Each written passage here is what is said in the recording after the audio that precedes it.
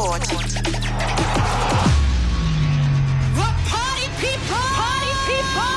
Let's make this a night they talk about forever and ever and ever. Oh my! That's not a try!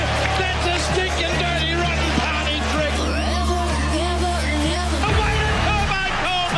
He's over between the sticks!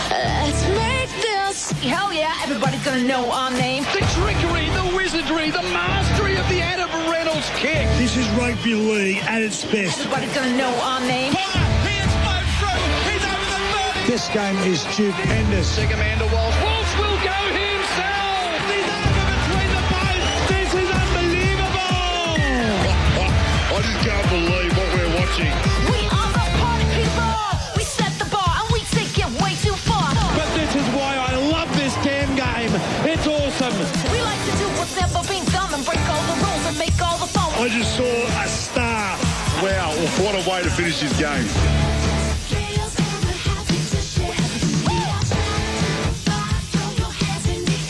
Then away to Bradman. Best who's been unstoppable. And he gets through two to score. That is absolutely extraordinary. Bang! Victor Radley. Get that in here. How good was that? Game, set, bingo. ABC Sports coverage of the 2026 NRL Premiership On your radio, ABC Sport Digital Radio. and ABC Listen. Yes, indeed. Opening day of a new season, or in fact, opening night under the bright lights in Las Vegas. Thank you for staying with us right here on ABC Sport. And thank you to Andrew Moore for bringing us his magic again to kick the new season off. Premiership winner Panther and Shark Luke Lewis remains with us here, as does Manly great John Gibbs. And next on the menu is the Bulldogs and the Dragons. The Bulldogs and the Dragons, two massive clubs, and it feels like a fitting main event on Las Vegas 2026. Kickoff here is under 10 minutes away. Hello again, Louis. Nice to see you as we welcome you back after the Newcastle's win over the Cowboys, 28 points to 18. Yeah, g'day, Groover. Great to see you here. First game of the year we get to call together. It was an awesome game that we just called then, and I'm looking forward to this one more than the last one. The Bulldogs and the Dragons. My old coach Shane Flanagan. You got Mickey Anderson, the coaching staff now. Heard that he's doing a lot of great work there, and really sort of interested to see both these halves are going to go. The two number sevens up against each other. Lockie Galvin gets a full pre-season with the Bulldogs. He had a pretty good year last year. There's been a lot of pressure on him last year. I think they're trying to take that pressure off him. And you got Daniel Atkinson, who sort of didn't play much footy last year. And he's a really good footballer. He's just a guy who likes to get out there, get the ball in his hand, take on the defensive line with his footwork, and then just sort of go from there. So be an interesting combination with Kyle and Daniel, but be interesting to see how it goes. Always this renewed hope at the start of a new year for the Dragons, who of course are now going 7 years, potentially 8, with no finals. And of course the Bulldogs, who were out in straight sets last year. Hello to you, Gibbsy. The Dogs were a great defensive team last year, not as strong in terms of scoring points. How do you expect they'll turn that around this game and this year? Yeah, afternoon, Brett. Look, I think the Dogs will have a good year again. They finished third and then, of course, went out in straight sets. But the Dragons, they're the side under pressure. There's no doubt about that. But the Dragons get an opportunity over in Vegas. You know, just the pomp and ceremony of this game to spring an ambush. They've been beaten 5 times by the Bulldogs in a row. That was exactly the same situation for Newcastle and the Cowboys. And Newcastle was able to turn that recent form around. So I think the Dragons, first game of the year, this will be their best chance. I still fancy the Bulldogs, though, to just be a little bit too strong for the Dogs. We have 3 players returning for their second appearance in Las Vegas, they being Damien Cook, Daniel Atkinson and Satili Tupanua. Incidentally, all played for different clubs across those previous 2 years. You can text us as always, 0467 920 222. There is a great story here, Louis and Gibbsy. Setu 2 making his debut. He's 26, not 27, as his age is listed as, but I did enjoy MC's article about him during the week. He's been through so much. He suffered a serious injury playing junior rugby as an 8-year-old, was told he shouldn't play contact sport again. When he was 12, his mother died, sadly, and she was his primary caregiver, so he was raised by different corners of his family, including his older brother, who had to grow up very quickly and support his younger siblings. This was all happening in Samoa. He didn't switch from rugby to league until he was 18, Setu 2. Then has had trials with different clubs, including the Warriors, the Dolphins and Melbourne Storm. Wasn't really a regular reserve grade player as recently as last year.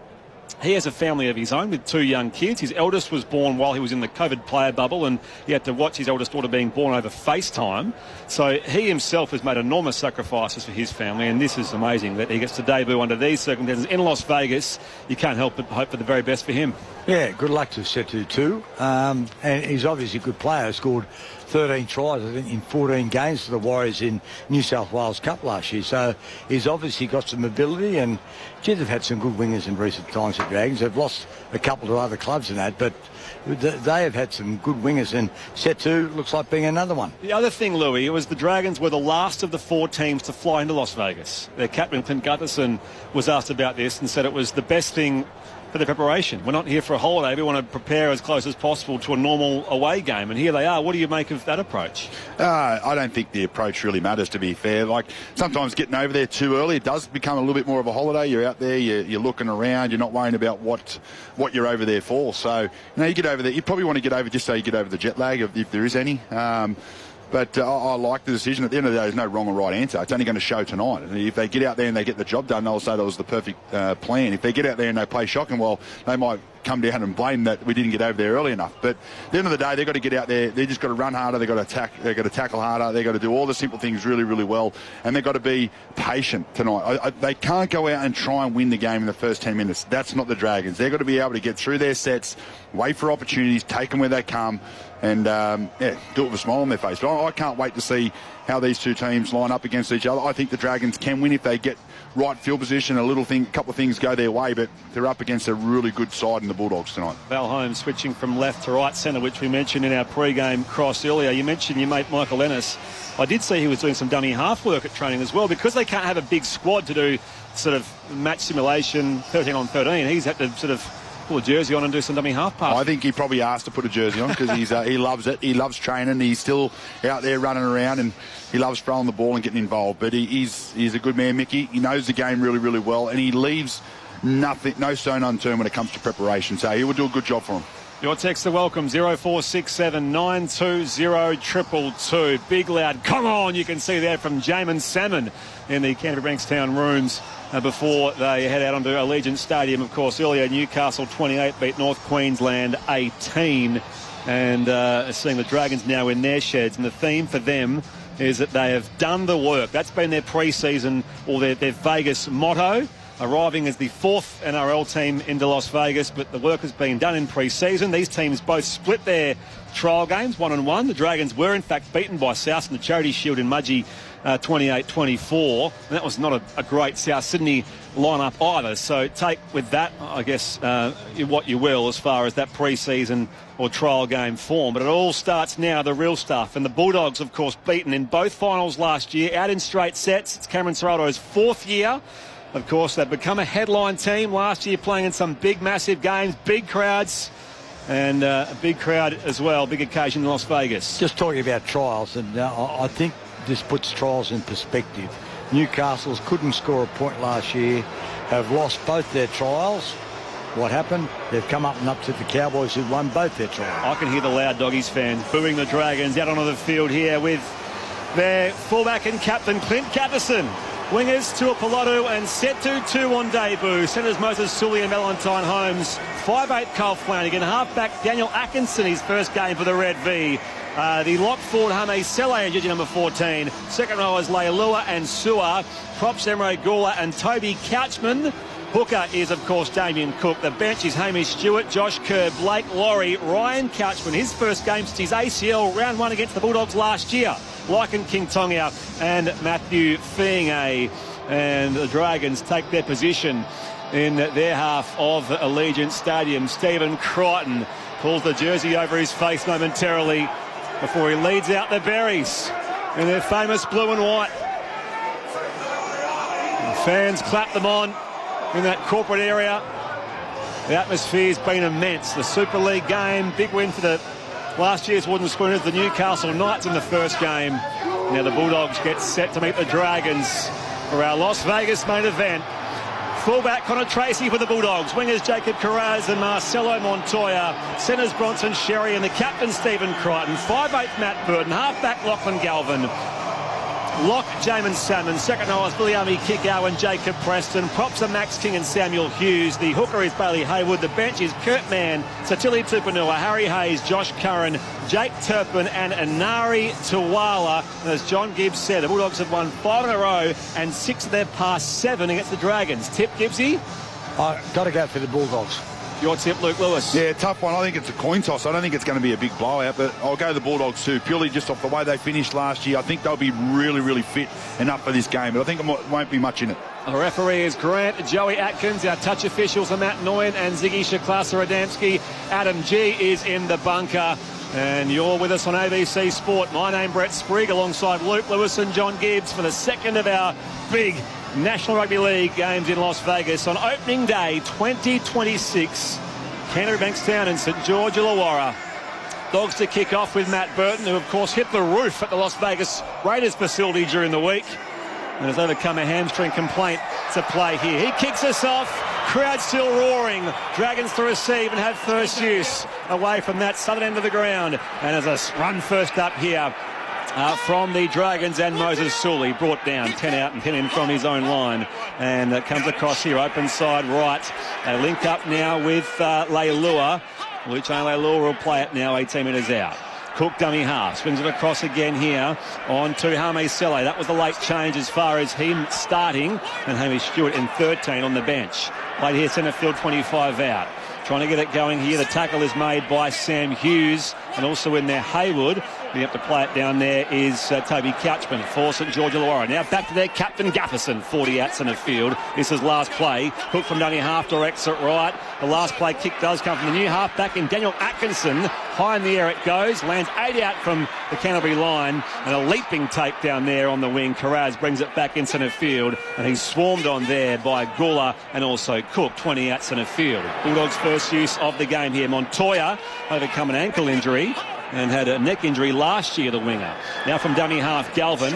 It comes with a flat pass, 30 out from that Bulldogs line, and tackled and playing it now is the fullback, Connor Tracy. They come left-hand side of the park, Max King, and he's taken straight away by Jaden Sewer. Play at 38 out now. Haywood dummy half. Directs it back open side right. Salmon angled run. Takes on Luciano Leilua. And now he'll play it on the last for Haywood. It comes 5 short of the halfway. The running kick to the left footer, Matt Burton. Up in the air it goes. And this will land 10 metres out from the Dragons line. Set 2-2. His first carry in first grade footy. And he's dragged back. He's carried himself by Crichton and Kikau. And he'll play it 10 out, 12 in from that eastern side of the ground. It's no score. Canterbury, St George Illawarra. 2 minutes played first half. Luke Lewis. Yeah, great start by both sides, just getting through their set nicely, getting to a kick. I was just watching Daniel Atkinson there. It takes a little bit of time to get the ball to his kick, so if the Bulldogs notice that there might be a bit of an opportunity to put some pressure on him, but good start by both sides. Get to your text when we can during a break. 0467 920 222, a break and play at least. 38 here the Dragons on play 4, and now Gutherson on that second last run here gains a quick 8 or 9 metres. The fullback and captain plays it now for Cook. Sickle come 35 out from Atkinson, goes down through centre field, bouncing into the short in-goal area. Guarded there by Carraz. It won't go dead, so Carraz has to gather and brings it back into that wall of red and white jumpers, and he'll play it 12 out from his own line. Dogs back on the attack, Gibbsy. Yeah, tight conservative start by both sides. Good kick there by Atkinson, and strong run there by Matt Burton, who's come up with a miracle hamstring recovery. Yes, I mentioned that big kick which caught global attention. He talks about maybe being an NFL kicker or punter one day. Here's a run from Bronson Sherry, third year back from a drug ban, tackled 5 short of the halfway. Haywood dummy half, links up with Max King, put down on a 3-man tackle, 5 inside Dragons territory. Still no score in Las Vegas for game 2 of this 2026 season. Last play kick goes up in the air, set to 26-year-old debutant, dragged down in the corner there by Viliami Kikau. The Dragons go back on the attack from that southeastern corner of the ground. Gutherson from fullback gains a quick half dozen here. We've played 3.5 minutes in this opening half. Quick work end to end here from the Dragons and the Bulldogs. As I said, still no score as yet. 25 out as it does come back here to Jaden Sewer. He offloads back to the run of Damien Cook, and he's claimed by the 2 front rowers in Hughes and also King. 9 short of the halfway. Second last play here for St George Illawarra. There is Toby Couchman again. On halfway now, Cook swings it across to the right-hand side. Another kick from Atkinson. Hangs there a fair while. It'll land here 10 metres out from the Canterbury line. This time for the fullback, Tracy. And he's set upon in there by Jaden Sewer. Tackled 15 out, 20 in from the eastern line, Luke Lewis. Again, I just keep looking at the start of this game. It's just through the sets nicely. They're waiting for someone to give up and give a bit of a field position or an error, but no one's giving into it at the moment, and both sides are kicking really, really well. And then their sets in the exact same spot, pretty much catching it 10 metres out from their own line, and then they just get through their set. Bulldogs offload back to Hayward. Now it comes to King. He's dragged down a metre short of the halfway. 4.5 played in the opening half. Canterbury nil, St George Illawarra nil here on ABC Sport. Angled run from Preston looked effective before Cook collars him. And also in there peeling off now Moses Sully. 35 out now, Hayward to King. Another flat ball, Galvin here. It's come across to Burton. No one's on the edge there. Corrals on the bounce, receives it. Run down by Setu 2. And now the Bulldogs will have it. 25 out from that Dragons line. Oh, play the ball was left wanting there. The Dragons pounce on top. Nice work in there. From, was it Flanagan? Atkinson it was for the Dragons, in fact. They go back on the attack. Now St George Illawarra, 5 gone first half, no score, Gibbsy. Yeah, good work by Atkinson, but really, where was the dummy half for the Bulldogs? And Stephen Crichton was very, very cross with what had happened on that occasion. And now the Dragons get a set restart. I thought I saw a set restart. Yeah, it was. Tackle count still says third here for Emre Gula. And now it comes Cook, dummy half. 5 short of the halfway. Getting some run going here, Hame Sele over halfway before Hughes tackles him. I mentioned a big role he plays in the absence of Leo Thompson. Tackle 4 here for St George Illawarra. Has come to the left-hand side. 35 out from the Bulldogs line. Canterbury, St George Illawarra still no score after earlier Newcastle 28 beat North Queensland 18. Now Toby Couchman. Both Couchman twins playing in this game, or at least Ryan on the bench. St George Illawarra. Up goes the kick. 30 out. Standing start from Atkinson. Up it goes. Right behind the pack of players there. Leaping for it now, Preston. One away by Sully. Dragons. He throws intercept pass wide to Kickow. He's going to penalise here. Grant Atkins has ruled penalty here to go the way of the Dragons, saying Gutherson was dealt with off the ball there by Samuel Hughes. And you can see that certainly is a penalty for obstructing the kick chaser. It was a late call, and I think he was allowing play to go on there just in case there'd been some advantage, but there wasn't. But Sam Hughes had deliberately changed his, and they're going to go for goal. Take the 2, Louis. So we'll see our first points here, perhaps. Yeah, I don't mind. It's a good decision. It's early in the game. You know, both sides are still pretty fresh. They're getting through their sets nicely, both sides. Got to give Daniel Atkinson a big rap. I think the way that he started this game, just purely off the back of his kicking game, has been brilliant. He's come up some really nice long kicks. He's pulled it up in goals a couple of times. This time he puts it right on the 10-metre zone, gives his players enough time to get there and put some pressure on. And this is a good decision for the Dragons to take an early lead. Icarus, thank you for your text. 0467 920 222. Luke Lewis and John Gibbs alongside me, Brett Sprigg. 8 minutes gone in this first half. And Valentine Holmes lining up the kick here, Gibbsy, for potentially the first points of the game. Yeah, it's a good idea. Look, I think it's the right decision. I like taking the 2 points, and sometimes some strange things happen, but they've gone all right. And just on Daniel Atkinson, Louis, watching him, because he hasn't played that much football, really. And he's kicking, he's doing all of the kicking. He looks a little bit like Nathan Cleary when he kicks the ball. Al Holmes, 24 metres out here, and 13 in from the nearer side, the western side of the ground. And this kick floats to the left-hand side, but it actually goes over and through. So the Dragons are on the board first. 2-0 via that penalty. 8 minutes gone first half. St George Illawarra 2. The Bulldogs 0 here on ABC Sport. Thank you, Angela Levine, for your text. 0467 920 222. By the way, in the Women's One Day International at Bellerive, India putting Australia in. The Aussies are 1 for 64 in the 10th over. And Litchfield, the opener, out for 14. And that is the third game in that multi-format series with the One Day Internationals and the Test match still to come. Massive few days coming up, massive few weeks as far as our live sport offering on ABC Listen. I'll tell you more of that later on as we get things back underway from the kickoff. Matt Burton sends it deep down towards that St George Illawarra line and tackled 5 metres out from, in fact 10 out from his own line here for St George Illawarra. Is Leilua. In fact, it's Emre Gula. I'll play it again now. Cook bursts at a dummy half. Gains a quick 6 or 7 metres. Tackled 13 metres out now Back to Leilua this time. Spun the tackle there of Salmon and also Sam Hughes. 30 out, 20 in. And out comes on that left edge again. They keep Six going again. here. They get a set restart again, the Dragons. So second of the game, Damien Cook at dummy half, open side right. Now Moses Sui, little step here away from Haywood, taken down though by Viliami Kikau. And he'll play it now, 45 out from his own line. A little dash here from Hame Saleh. Inside Bulldogs territory he goes. Still centre field on play 4 now. Cook dummy half to the right-hand side. Strong one again from Hame Saleh. In fact, it's Jade Sura, I beg your pardon. 30 out centre field. Comes to Gutherson. Sends the pass left. Flanagan run down from behind by the opposite number and Lockie Galvin. And he'll play it 20 out, 20 in for the Dragons. This is second last play. Now the last, in fact, it's been lost by Atkinson into the path of Sam Hughes. Dogs back on the attack, 20 out centre field, Louis. Yeah, good set there by the Dragons. Again, running hard and direct. There's an error right on last play, which they wouldn't be happy with. But with Daniel Atkinson, he's a runner. If he's going to give him the ball, he's got to give it to him early.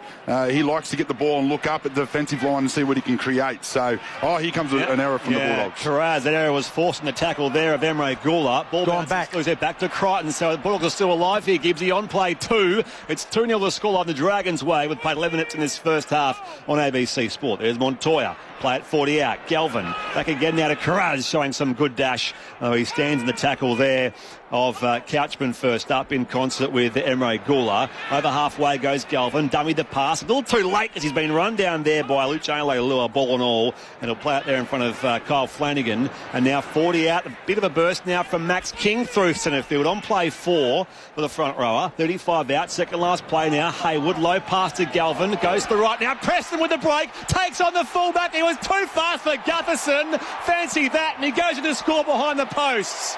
First try of the game to Jacob Preston and the Bulldogs. 4-2, kick to come, Doggies. 11 gone first half, Luke Lewis. Well, Spriggy, I know you can't rule on 4 passes, but this, I believe, it looked like about half a metre, if not a metre forward to Jacob Preston. But a really nice line run here by Preston. He gets on his outside man. He waits to see what Lockie Galvin's going to do. And then all of a sudden, just that late change off his left to the outside. And when he gets into the backfield, just a nice early decision on where he wants to go to take on Clint Gutherson. Comes off his left again, goes around, betters the position, goes under the post. But really good footwork there by Preston. Yeah, try scoring last year gives you Jacob Preston. He scores his first in quick time here. Yeah, his top try scorer first forward for the Bulldogs since Sonny Bill going way back in about 2007.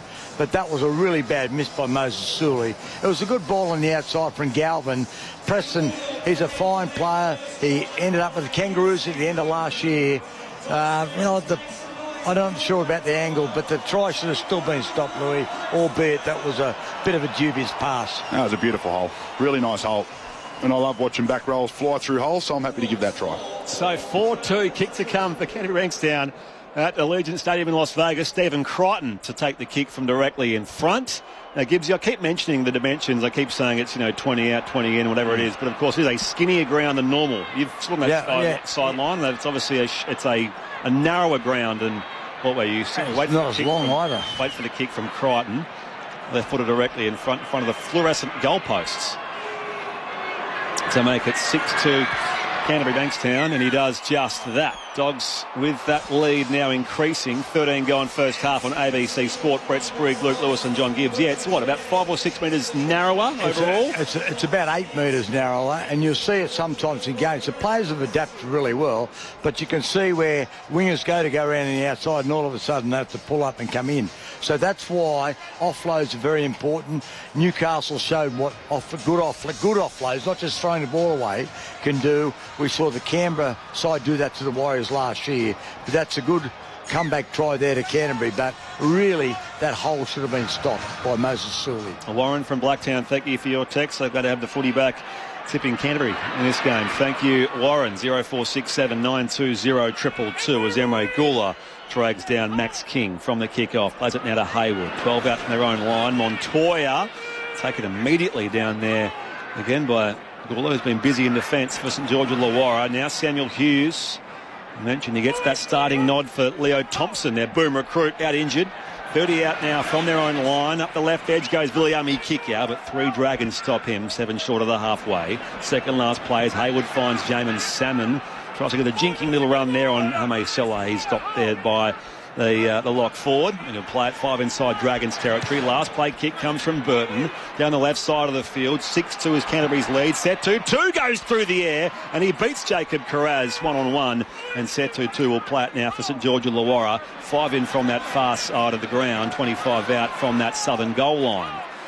Can the Dragons find some momentum here? They trail 6-2 at the hands of the Bulldogs after earlier Newcastle 28 beat North Queensland 18.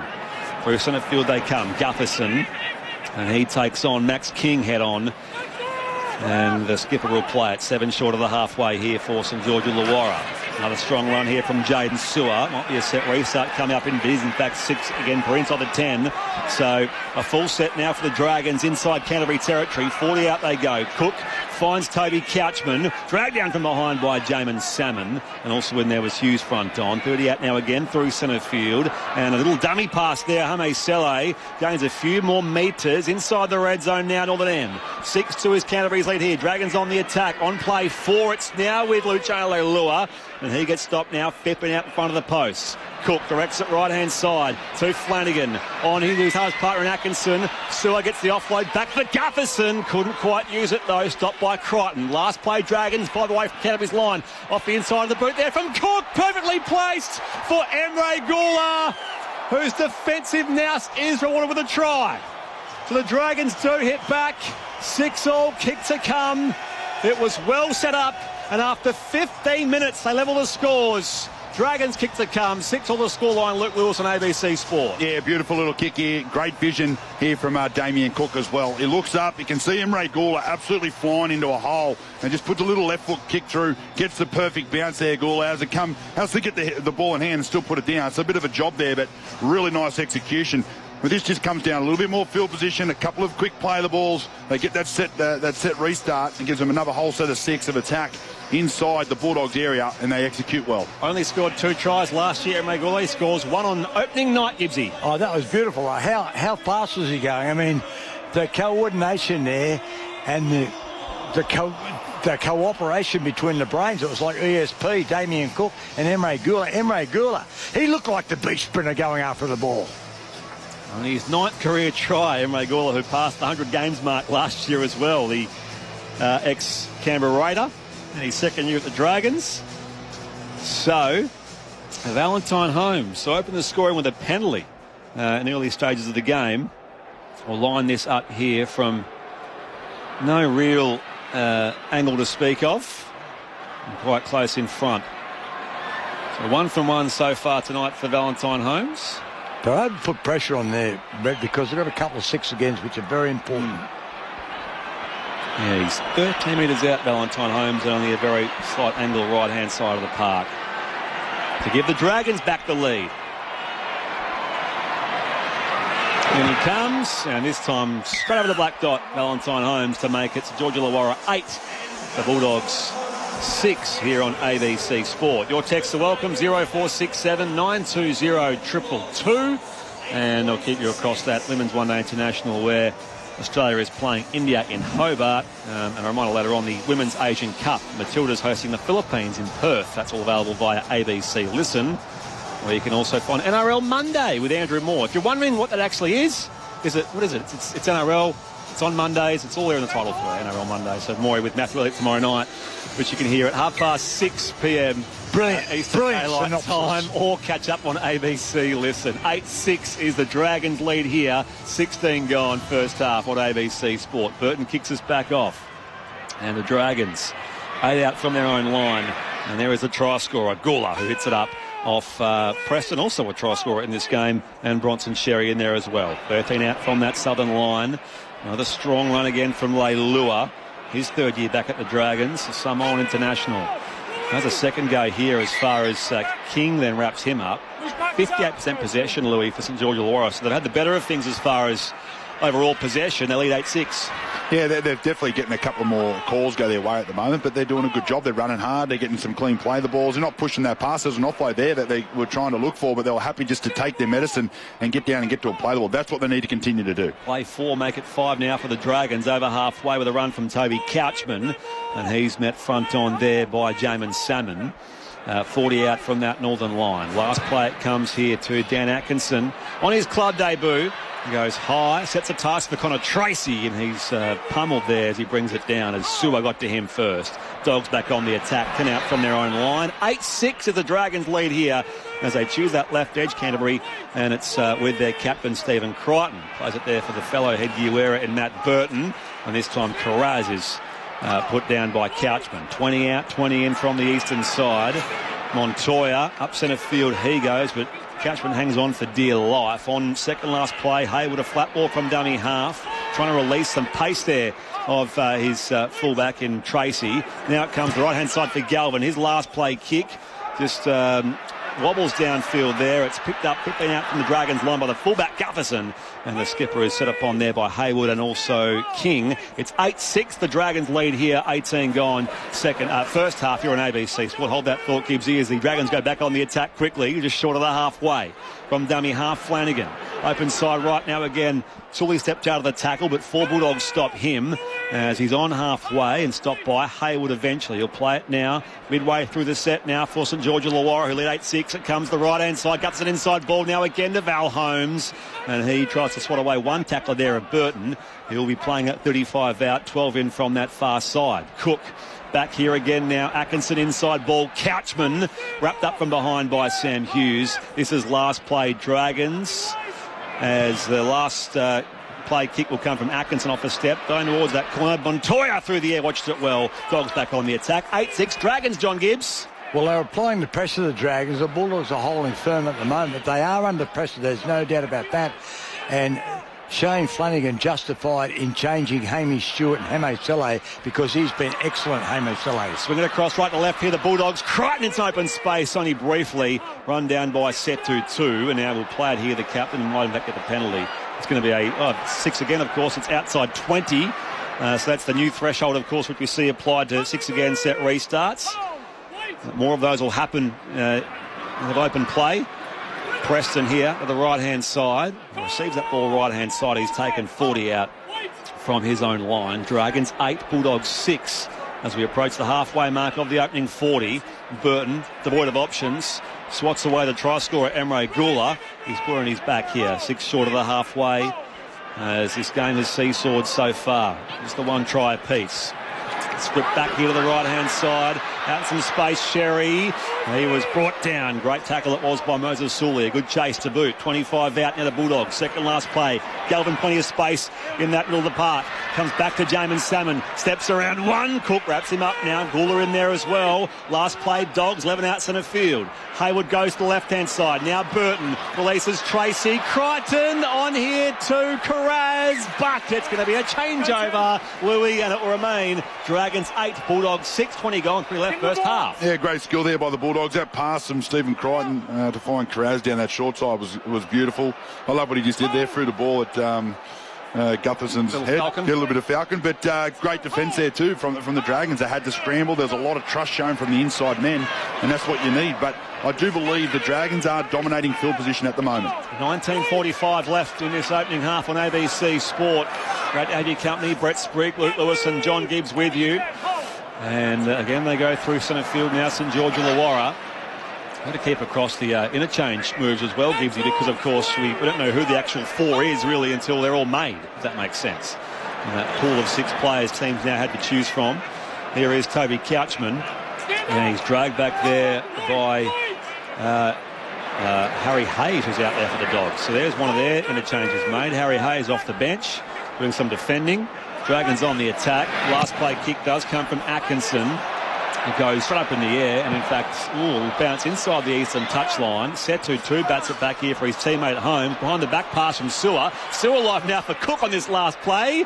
But I fancy that will now end as he's wrapped up by Bailey Hayward. Dogs back on the attack, 40 out from their own line, and it's the Dragons who lead 8 points to 6. 18:40 left in this first half, Gibbsy. Well, they've done a good job to be leading the game, St George Illawarra, and they're certainly making the Bulldogs think. The Bulldogs, they might have to do something a little bit extraordinary soon, or come up with an offload.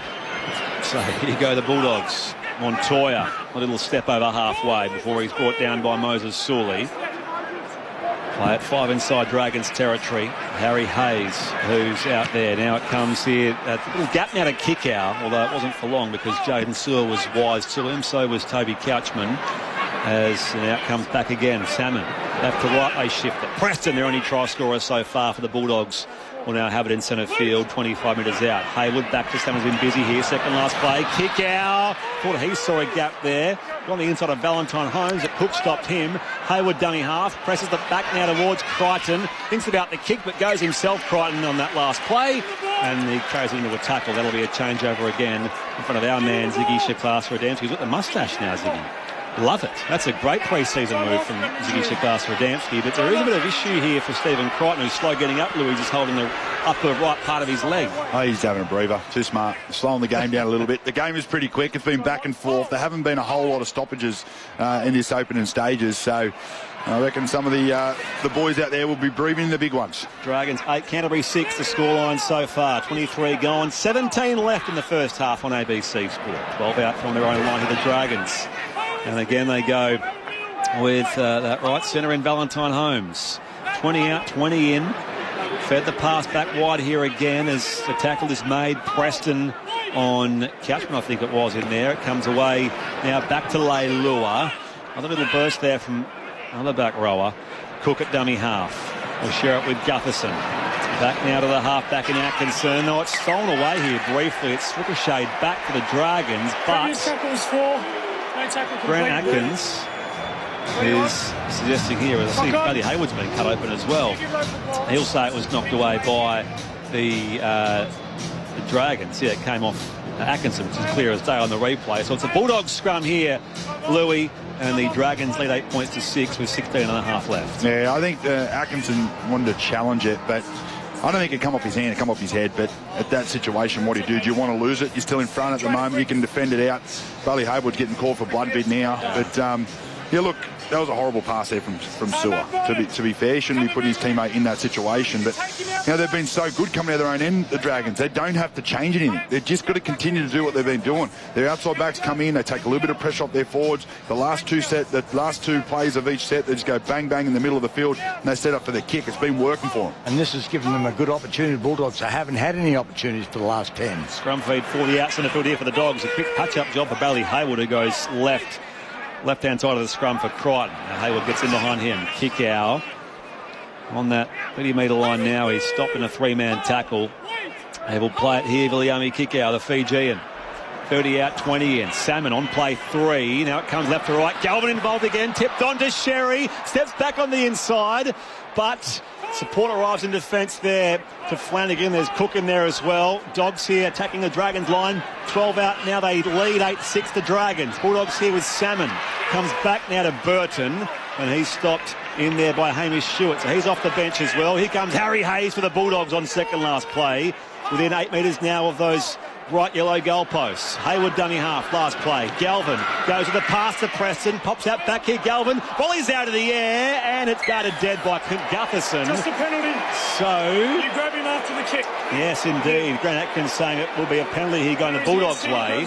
We're going to second go at things here. Gives the 8-6 the Dragons lead. 15 and a half left first half. Moses Sully running the line, and should I say Galvin? Leilua held back Galvin. Yeah, and what has happened there, a good offload from Jacob Preston, because he was, you know, for all said and done, was locked up, but he was able to get a ball away, and he just towed it forward, locked on Galvin, and has given his side another chance. Joe in Cleveland says matches in Vegas. The biggest thing happening today is 1 year to the Perth Bears. Loving the call, guys. Thank you, Joe in Queanbeyan. Yeah, it'll be big. 2027. Still got 30 odd weeks of footy to go here yet. 8-6, Luke Lewis, is the Dragons' lead, but the Dogs will be taking the 2, it looks like they will, with Stephen Crichton. Yeah, I reckon there's a little bit of fatigue out there too. So just to get his team a bit of a break, he knows he's pretty good chance of kicking this and getting the scoreline back to 8-all, and with 15 minutes to go. So not a bad decision here from the Bulldogs. But look, it's a pretty even game of football. Both sides are sort of getting their opportunities. Both sides are doing a really good job getting their own end. It's been nothing flashy. It's just been nice, hard, solid work from the back end of the field and getting to a kick. Penalty count 1-all. Total of set restarts 3-1 going the Dragons' way. And the scoreline is 8-6 their way as well, with Stephen Crichton, who's 1 from 1 converting tonight, can level the scores once more at 8 points all.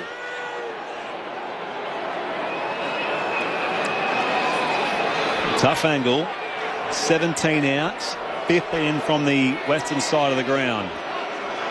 40-odd thousand, the Allegiant Stadium. Away he comes, Crichton makes no mistake, he's 2 from 2. And scores are level, 8 points all, the Bulldogs and the Dragons here on ABC Sport. 0467 920 222 is the SMS.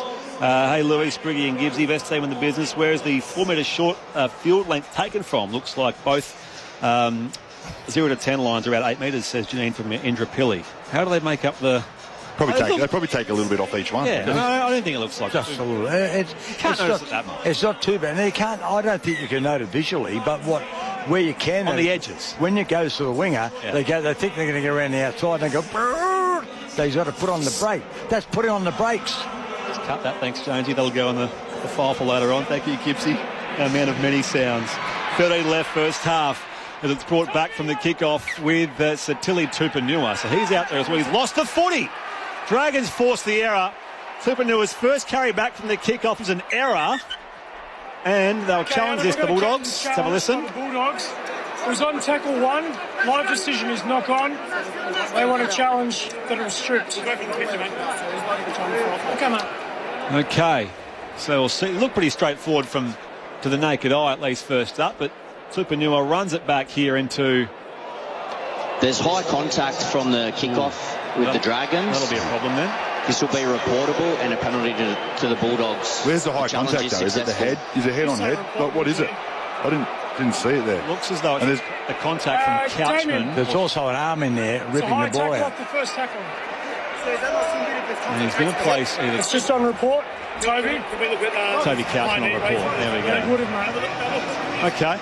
Well, that's a reprieve there for Tupanua. Oh, yeah, shoulder of Couchman does get in the jaw of Tupanua, doesn't it? Mentions Achilles Tupanua playing his second Vegas game. Played for the Roosters a couple of years ago. Damien Cook and Dan Atkinson also making their second trip to Allegiant Stadium. Those two blokes look the same. Couchman and Stewart. Yeah, they're twins. I know, it could be triplets, though. So Stewart could be the third Couchman, is that what you're saying? On report, Davey Couchman there. Absolutely. As we'll see if Ryan does make his return from that ACL, which was against the Bulldogs in round 1 last year. A nice return from him, but penalty Bulldogs. 2-1 that penalty count so far, and they will find touch on the western side, and they'll have possession here. Bronson Sherry taps just short of the halfway. Anyone's game in this first half so far. 8 points all. We saw a pretty tight contest for the most part. Knights and Cowboys earlier. Newcastle won that 28-18. Tupanua involved again. Backs his way into Hamish Stewart, the third Couchman twin. And he'll play at 35 out now for the Bulldogs. Also out there, Kurt Mann. So we've seen Mann, Tupanua and Harry Hayes. You'd expect most teams will play their sort of 14 through 17 as the bench, won't they? It comes to the right-hand side. Burton on here again. Tip wide. Sherry receives it. Takes on a tackle there. Flanagan brings it back inside now for Galvin. They shift the defence back to the left-hand side. And 20 out. Tackle ball and all is Harry Hayes. Played for Haywood now. Second last play Canterbury as Kikau stands in the tackle again of Stewart. Now it's fed back. Again, Galvin pushed off the tackle of Leilua. Goes himself, the young halfback. Stopped from behind by Damien Cook. 5 out from that St George Illawarra line. Dogs deep in attack now. Tupanua put down straight away by Leilua. And that will be a changeover. The Dragons' defence hangs on. Luita remains. Canterbury 8, St George Illawarra 8. 11 and a half left in this first half. Grant Atkins just calling out Christian Tuapolotu. It's on report, shoulder charge on Connor Tracy. Didn't see... Might have been Moses Sully. He's just called shoulder out... charge on Connor Tracy. There's a shoulder charge. He was called out to a Pilato. He said Christian. So, hang on. Oh, there. There, one there. We go. It is to a Pilato. Yeah. So it wasn't apparent as the ball was moving pretty quickly, but we can see now. So he's on report as well, Lou. Yep, another one on report. Just a little bit... Well, you know what? The thing is, you get coached this sort of stuff at training.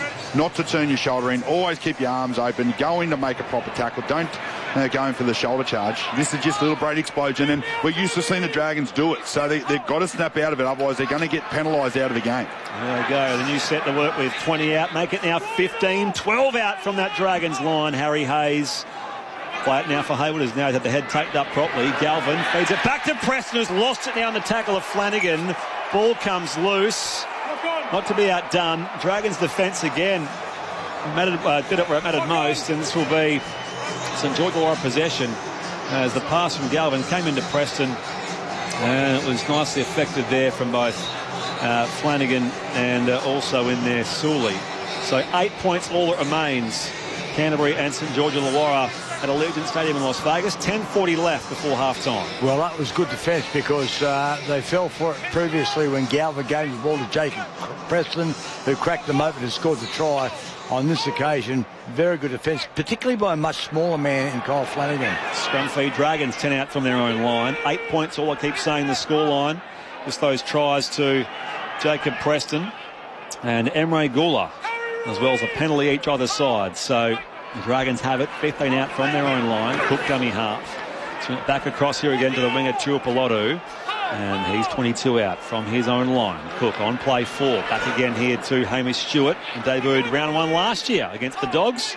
A lad from Gerringong. He was their Rookie of the Year last year. And now they go through centre field. So we see Hamish Stewart in back play. Couchman now, that's Toby. Moves it on here. Last play kick. Travels a fair way downfield. Facing his own goal line. Jacob Carraz meets it through the air. Swings it across here to his fullback Tracy. Now again onto the wing Montoya. And he's brought down from behind. 25 out from his own line. Dummy half Galvin. And back across here again for Bronson Sherry. 9.5 left of the break in Las Vegas. Canterbury Bankstown 8. St George Illawarra 8 here on ABC Sport. Galvin back across here again now. Carraz. The Bulldogs players have their names in their back as well, which obviously is part of trying to expose themselves to a new audience. Hayward went off the deck one-handed, shares it now back to Kurt Mann, coming off his Origin debut year last year in Queensland. 8 short of the halfway. Hayward fires it back here to his fullback Tracy on second last. Galvin now shapes to kick. Can't find a pass though here as he goes left-hand side eventually for Kickow. Over the halfway stripe they go. Kickow swats away one would-be tackler, and now he's met. Now it's last play. 42 out from that southern end. Kick from Galvin. Up it goes. Setu 2 launches off the wing here for St George Illawarra, brings it down. They'll go back on the attack here, Louis. 8 points on the scoreline, Bulldogs and Dragons. 8.5 left to half-time. Well, all the field position at the start of this game was I felt like it was all the Dragons. Now the Bulldogs are really starting to sort of find a bit of flow, getting into good positions. A couple of errors that have let them down, but they're looking like the old Bulldogs from last year now. So Dragons shifted from right to left now as it's come back. 35 out from that southern line. It's with Josh Kerr, who's back after 2.5 years at the Dolphins. Had an ankle concern in pre-season, but he's fine to play today. Returns wearing the red V. Play 3. Back now it's the last for the Dragons. A quick set just short of the halfway. The kick will come on the last. Down towards that far corner. Connor Tracy puts himself there. Dogs back on the attack before he's swarmed on in there by Leichale Lua, and also in there was Moses Sully. So 20 out. There's Montoya. Tries to shove them forward here, the Bulldogs. On play 3. More dash from the other winger in Carraz. Still 8 points all here. 7.5 to go to the break. Played here, 40 out. Comes back to Montoya, and he takes on Flanagan. Tackled now. Plays it for Hayward. Over halfway they go with Kurt Mann, who of course had 3 years at the Dragons as well in the 2-man tackle. Played to Hayward. 5 inside Dragons territory. High spiralling kick. A very high one from Matt Burton. He knows that pretty well. And Setu 2 was clobbered from Stephen Crichton. Came in too high as Setu 2 was poised to take that ball. And Bulldogs skipper has been penalised here. He's in the face of referee Grant Atkins. What he's saying, Brett, is that he was on the ground when he took him, but he still took him high. He didn't have to do that. You look here, Setu 2's done a good job. He was down low. He got down low, Stephen Crichton, but I think it was fair enough. Nothing serious, but that's fair enough penalty. I reckon, Louis, the forearm meets him as well, doesn't it?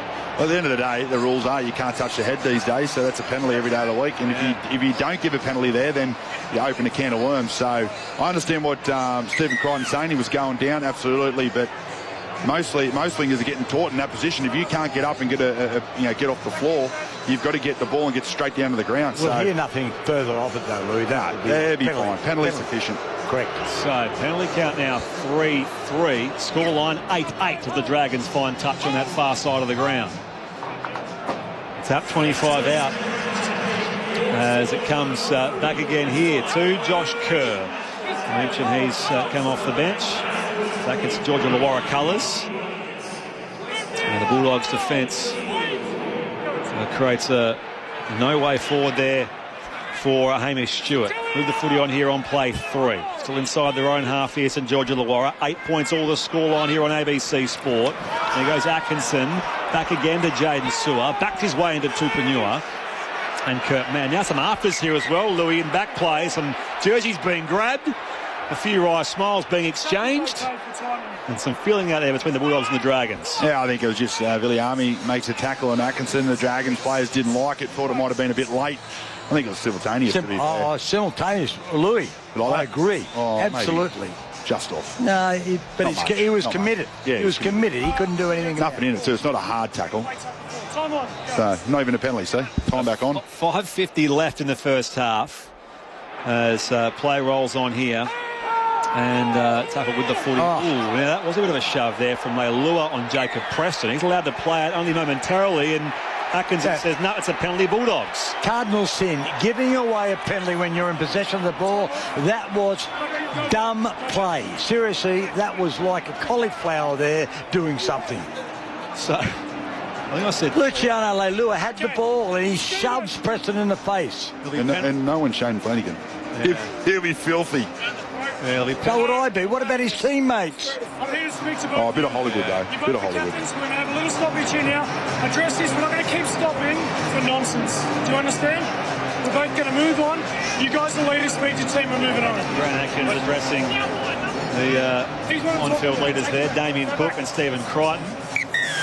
So penalty count, in fact, 4-2 the Bulldogs' way. I said it was 3-all. It's now 4-2, in fact. So 8-all remains the scoreline. Tries to Jacob Preston and Emre Gula for either side so far, plus a penalty goal each as well. If they score here, they should be on the attack, the Dragons, and they're under pressure now. Oh, Fano will blow up, won't he, Louis, if they score here, the Bulldogs? Like a toad.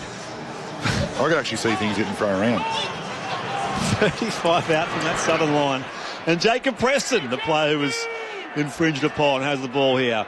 Tackled now, plays it to Haywood. Moved across Harry Hayes. Straightens his run here into that 20-metre line before he is taken down by Couchman and Stewart. Now that's come back across to Kurt Mann. His third year at the Bulldogs. And he's now 15 out, left-hand side of the posts. Tackle 3, go. Heard it there from referee Grant Atkins. Halfway through the count now for the Bulldogs. 8 points all the scoreline. Inside ball comes back to Harry Hayes. Cook stops him. 11 out, dead centre field now for the Bulldogs. Haywood gets from Hayes, copped the crusher for his troubles. Ref said play on. It's fed wide back here to Tupanua. He's brought down there, put on his back by Josh Kerr. 5 out, left-hand side of the post. Way it comes. 4.5 left in the first half. Pass came all the way back to Montoya. He's 25 out, so give up some ground here, the Bulldogs. Swing it across left-hand side. Kick out. Made light work in there of Setu-2. Pass comes left-hand side. Little clever kick now from Carraz, but it's picked off by Gutherson. Dragons back on the attack. He's away in space, or is he? No. Will come back. Penalty will go the way of the Bulldogs due to the obstruction. So, no discipline here from both sides, Louis. We saw a pretty clean start to the game, but now we're seeing penalties deluxe in the last 15 minutes or so. I find that a tough one. Setu-2's running backwards. There's not much in that for a obstruction. That's a tough one. I can understand what he's saying, but they're going to challenge it. Yeah, look, it's going to be an obstruction because he actually did run behind him. Technically. Yeah. But it's one of those ones where Setu-2's chasing the ball back. He doesn't know where Clint Gutherson is. Let's have a listen. Then Gutherson comes out of nowhere. Where do you want Setu-2 to go now? What do you want to do? Just disappear? Setu runs an escort line here on Viliami Kikau, which puts him in that position. Clint Gutherson then uses him in that How do you have position. your back, have no eyes in your back of your head and know where he is? I don't guess. Not only has he got eyes in the back of his head, he's got the curtain up, which is his hair as well. He could not have seen what was happening. Goes without saying, challenge unsuccessful. We do see him given, don't we? You can lament that, but we do see him given, and that's just the reality of, I guess, modern interpretations of that rule. 3.5 left of the break. Still Canterbury Bankstown 8, St George Illawarra 8 here on ABC Sport. Brett Sprigg, Luke Lewis, yes, John Gibbs? Yeah, they're going for goals, so they're going to try and take the advantage coming into half-time. So I thought with 3.5 minutes to go, they might have taken the opportunity, but this is not a gimme for Stephen Crichton, but an opportunity for them to go to the lead. Just by the way, on Kurt Mann, it's his 33rd birthday today. It's the 1st of March. So does that mean he gets another birthday tomorrow? No. Well, is it the 1st of March here? Yes. Where he is. It's the 28th Okay. of February. I thought you were talking about a leap He gets year. two birthdays. No, he gets 2 birthdays. Today is the first. Yeah, I'm with you now. Okay. Yes, but tomorrow will be the 1st in America. So he's got one here for his family who will watch it. He's in the right place for a birthday celebration anyway, especially with their next game 18 days away. Here's a kick from Stephen Crichton, 20 out, 9 in from the eastern side of the ground. 2:50 left on the clock in the first half, and a chance for the Bulldogs to take back the lead. Here comes Crichton, makes no mistake here either. It is Canterbury 10, St George Illawarra 8, 2.5 left. And as I say, this game continues to swing, albeit low scoring. The Dogs take back the lead. By the way, our crowd figure has come in, Louis and Gibbsy, 45,719. That surpasses last year, which was 45,209. So they bettered that mark again as far as crowd figure. And I know there's been good financial reports out of this year's event as well. But there you go, 45,719, the crowd. That's good. Yeah. So 2 minutes and 5 seconds left to the break. Earlier, Newcastle 28 beat North Queensland 18. We'll get to your text at half-time, 0467 920 222. We've got a full recap to come later on as well. We'll wrap up opening day night of the NRL season 2026. Tupanua. Another strong hit up again. This time, no penalty was the case of the last one he took. Rolls it back now for Hayward. 12 out from his own line. Montoya, good burst of speed, the winger. And he runs straight into Jaden Sewer. Play it now for Hayward. Dogs with some momentum after the Dragons had that probably more in the first half of this opening 40. Mann will play it now for Hayward. On tackle 4 now. Kikau stands in the tackle of Kerr. Offload comes back to Hayward. Bursts over halfway. Still has the footy. This will be second last now for Canterbury Bankstown. Mann back here again now with Galvin. And he's run down from behind there by Ryan Couchman. So he's out there, deployed in his first game since his ACL in round 1 last year. High spiralling ball, last play kick from Matt Burton. Up it goes. That's a task for Gutherson. Hayes came in hard, but Gutho will play it 5 out from his own line. Minute 45 left to the break. It's Canterbury 10, St George Illawarra 8. Can they find some more points here, Louis, the Dragons? Well, they need a penalty. They're not going to get a penalty here or a set restart here, but to get up the other end, just get a little bit of a look at the Bulldogs line. But they're not doing that at the moment. They're playing a lot slower. So I feel like they're sort of looking at the clock and waiting to get in at half-time. Matt Burton showcasing his high kicking with aplomb so far, Gibbs, as well. Yeah. Those balls going up into the rafters. Just on that, Louis, this is where if they give 6 away, 6 again, 25 metres out, it won't matter a rat's to them. No, correct. They're all over them. They need the penalty, as you say, and that's been taken out now. Last play gives you the kick from St George Illawarra, goes high down towards that 20-metre line now where Connor Tracy is waiting. So the Bulldogs will have last use, you would think, in this first half at Allegiant Stadium, Las Vegas. Galvin dummy half. Swings it across left-hand side now for Jacob Carraz, and he's put on his back by Cook, and also in there Jaden Sewer. It comes short side left. Crichton, 45 seconds left on the clock, on play 3. Crawls towards halfway here. Play it for Hayward. Open side right comes Tupanua. Burton. And now again Galvin off in some space with the fullback Tracy. And he's run aground there by Ryan Couchman. 40 out, 20 in, western side. Second last play here, Bulldogs, 22 seconds left in the half. Mann Back across for Burton. Now Kickow. Had options left-hand side. Still going centre field though, Kickow. 15 seconds left. Last play, Bulldogs. They lead 10 points to 8. Tupanua. The laid pass, Burton. On to Galvin. 8 seconds left. Preston! It was forward this time. No such luck. We saw those two combine for the first try of the game. It was called forward on site by referee Grant Atkins. This time, of course, you can't rule on forward passes in the bunker, so it's up to the ref's eyes. And 10 points to 8 is where it stays at the half-time break. The Bulldogs and the Dragons. That means what we've seen so far. Val Holmes opened the scoring with a penalty goal in the 7th minute. But that first try was scored through Jacob Preston, the Bulldogs, in the 10th minute.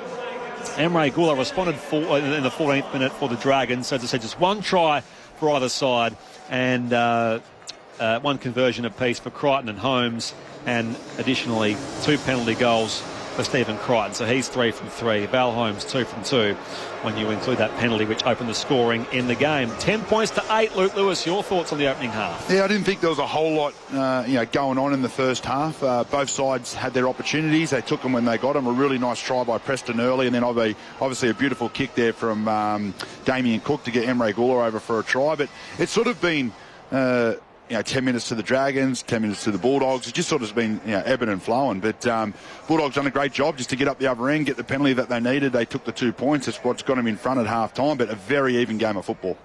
Yeah, 10-8 probably, Brett, is a true reflection of what's happened. So 2 points in it. We had the previous game. They were locked at half-time at 12 all. Plenty of feeling, plenty of needle in this game. And I thought, Lachlan Galvin, I think he's had a pretty good game. He's certainly asking some questions of the defence, and we had a situation there with Preston and Luciano Leilua got involved in a little bit of set to. I think the Bulldogs on balance are looking better than the Dragons, and I do like the way Viliami Kickow is starting to come into his own on the left hand side of the field, looking particularly dangerous. The stats in the first half, so in the game so far, possession 53% the Bulldogs, Louis. They've had, I think, something like 65% possession in the last 15, 20 minutes of the game. So it's swung back in their way as the scoreline has just. Yeah, I just feel like the game's been like that. It's sort of, both ways. They get, Dragons had some opportunity early, then the Bulldogs finally got back and they had some opportunity. It's just been one of those games. It's been pretty even all over the park. Obviously, if you look at the stats, one part of the game it might be right up and it'll come back. It'll be so. Yeah, I'd like to see a more exciting second half. But I do believe I'm with Gibbsy. I think the Bulldogs will come into their own. I feel like it's starting to, find their feet and their mojo. 84% completion rate for the Bulldogs, 83% for the Dragons, who have had overall more run metres, more post-contact metres. They've had the only line break of the game so far. Tackle breaks are +6 the Bulldogs' way as well. And overall, we've seen 3 errors to 2. And penalties 5-2 going the Bulldogs' way. And set restarts overall 3-1 going the way of the Dragons. And those 2 players on report in the first half. Toby Couchman for a shoulder into Satili Tupanua, and also Christian Chupolotto on report in that first half as well. So that's to come out of the first half between the Bulldogs and the Dragons. 10 points to 8 is that scoreline. You can text us as always, 0467 920 222. John from Hobart says, John the Motormouth Gibbs rivals Officer Jones from Police Academy with his realistic sounds. Can we hear him mimic the sound of octopus? What was the bloke's name from Police Academy? Michael Winslow? Winslow, yeah. Michael Winslow, there we go. Thank you for the little memory lane trip there, John. 0467 920 222. Mark in Fairfield. Christian Chipolotto will be handing out the money to the judiciary this week. I mentioned his report in that first half. Big Daddy in Coffs Harbour. Hi, Spriggsy, Luke and Gibbsy. I'm in heaven. Footy's back on. Loving the call. Thank you, Big Daddy, for your correspondence, as always, throughout the year. Nick from Newcastle says, I'm optimistic about my Knights now. What a great win. Yeah, Wooden Spooners last year. Great win for them first up, which we'll delve into later on in our hour or so long post-game wrap-up, including will check in again with Michael Karayanis in Las Vegas, I think, if he's available. He's been ensconced in the Dragons camp, as is his wont often. So it depends on the result of the game, maybe. Might do. Chris from Forest Lodge says the stadium looks to have emptied out a little bit. Yeah, there's more empty seats, I think, in the second game. It looks like people have sort of maybe, come for the Super League and the Knights and Cowboys. This is a great game of footy. These two sides, I think, in prospect, this is the best game on paper, but we still have 40 minutes to go. Keep those texts coming, 0467 920 222. Just quickly, in the women's one-dayer in Hobart, Australia at 2 for 136 in the 22nd over, and Georgia Vol was out for 62, the most recent batter dismissed. You can hear that on the pink cricket ball button via ABC Listen. Canterbury 10, St George Illawarra 8. Back with me, Brett Sprigg, alongside Luke Lewis and John Gibbs. But right now, time for ABC News.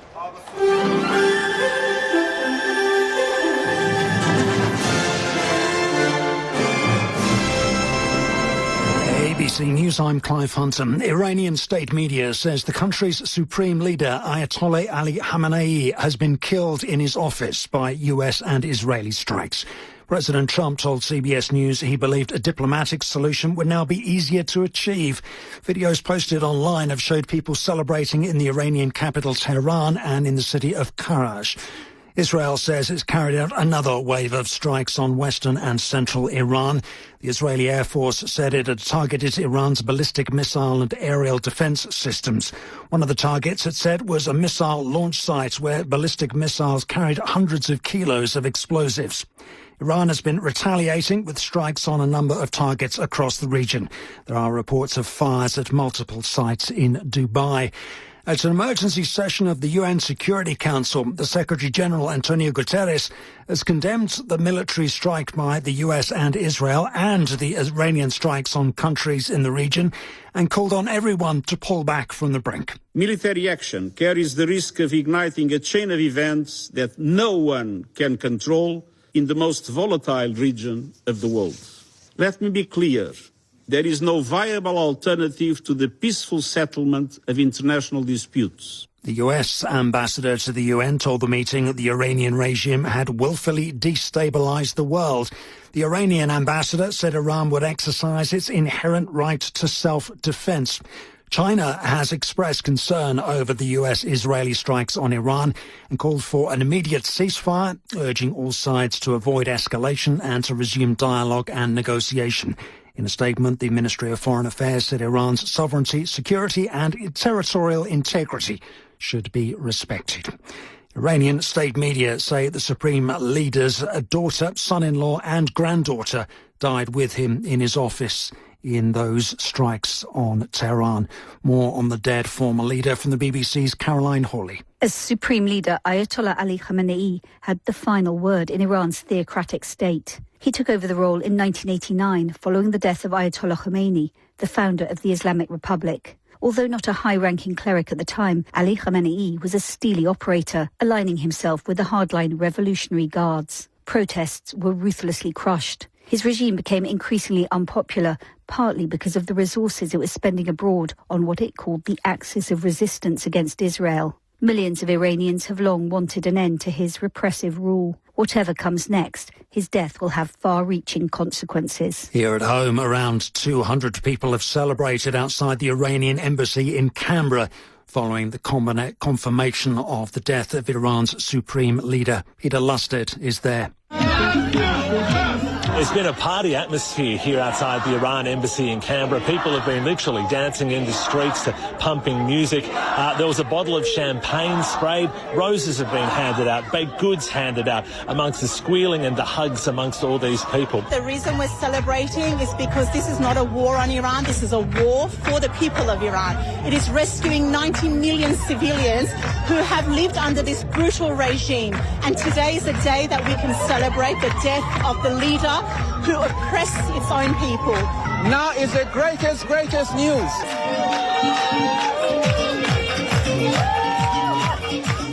Peter Lusted reporting, and Jane Norman, who's at Parliament House, has been hearing the government's advice for travellers. For now, there is a do not travel warning that has been applied to a large part of the region. Israel, Lebanon, Bahrain, Kuwait, Qatar and the United Arab Emirates. Australians are being warned and told not to travel to those areas. And for the Australians in those countries, they're being urged to leave if safe to do so. Now, we have asked the government about potential plans for repatriation or evacuation of Australians. No details yet, but this is a developing situation that's being monitored on an hour-by-hour basis. So I guess stand by for further updates from the Australian government. And many flights that were supposed to be leaving for the region from Australia have either been delayed or cancelled. One other news story in brief. Vietnam has become the first country in Southeast Asia to enact legislation regulating artificial intelligence. Companies must clearly label AI-generated content such as deep fakes that cannot readily be differentiated from reality. Only a handful of countries have enacted legislation to regulate AI. ABC News. 12 teams, 3 cities, 1 dream. Great touch on the edge of the box, right foot strike, and she scores! Unbelievable! ABC Listen, your home of the AFC Women's Asian Cup Australia 2026. Dribbles to the edge of the area, strikes! Oh, it's in! What a wonderful goal! One match live every day. Every Matildas game, every final. On ABC Listen. Just look for the green and gold Asian Cup button. ABC Sports coverage of the 2026 NRL Premiership. 35 out, second last play now. Haywood, low pass to Galvin, goes to the right now. Preston with the break, takes on the fullback. He was too fast for Gutherson. Fancy that, and he goes in to score behind the posts. First try of the game to Jacob Preston and the Bulldogs. 4-2, kick to come, doggies. And he gets stopped now, Pippin out the front of the post. Cook directs it right-hand side to Flanagan. On his half partner in Atkinson. Sewer gets the offload back to Gutherson. Couldn't quite use it though, stopped by Crichton. Last play, Dragons, by the way, from Canterbury's line. Off the inside of the boot there from Cook. Perfectly placed for Emre Gula, whose defensive nous is rewarded with a try. So the Dragons do hit back. 6-all, kick to come. Here's a kick from Stephen Crichton. 20 out. 9 in from the eastern side of the ground. 2:50 left on the clock in the first half, and a chance for the Bulldogs to take back the lead. Comes Crichton, makes no mistake here either. It is Canterbury 10, St George Illawarra 8, 2.5 left. ABC Sports coverage of the 2026 NRL Premiership. On your radio, ABC Sport Digital Radio. And ABC Listen.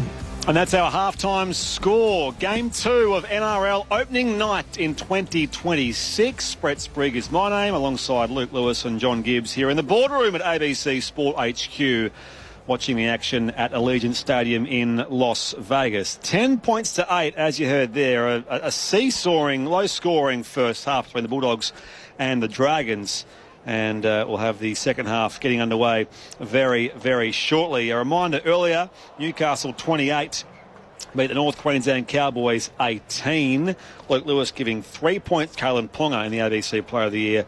2 for Dylan Lucas and 1 to Dylan Brown. And much earlier in the Super League fixture, Leeds Rhinos 58 beat the World Club Champions Hull KR 58-6 in that Super League fixture as part of the great event that is Las Vegas and this opening weekend of season 2026. 45,719 is the crowd, which is a record in year 3 of what is an agreed 5-year experiment. As I said, the first half or second half going away very, very shortly. Keep your text welcome, 0467 920 222. Always love these ones. Alan in Long Jetty. Hey, guys. Love having the footy back on. Is Bailey Haywood related to Paul Haywood, who played for the Newtown Jets at all? I don't believe so. No, he is. He is? Grandson. Really? Yeah, he's his grandson. I had this looked up somewhere.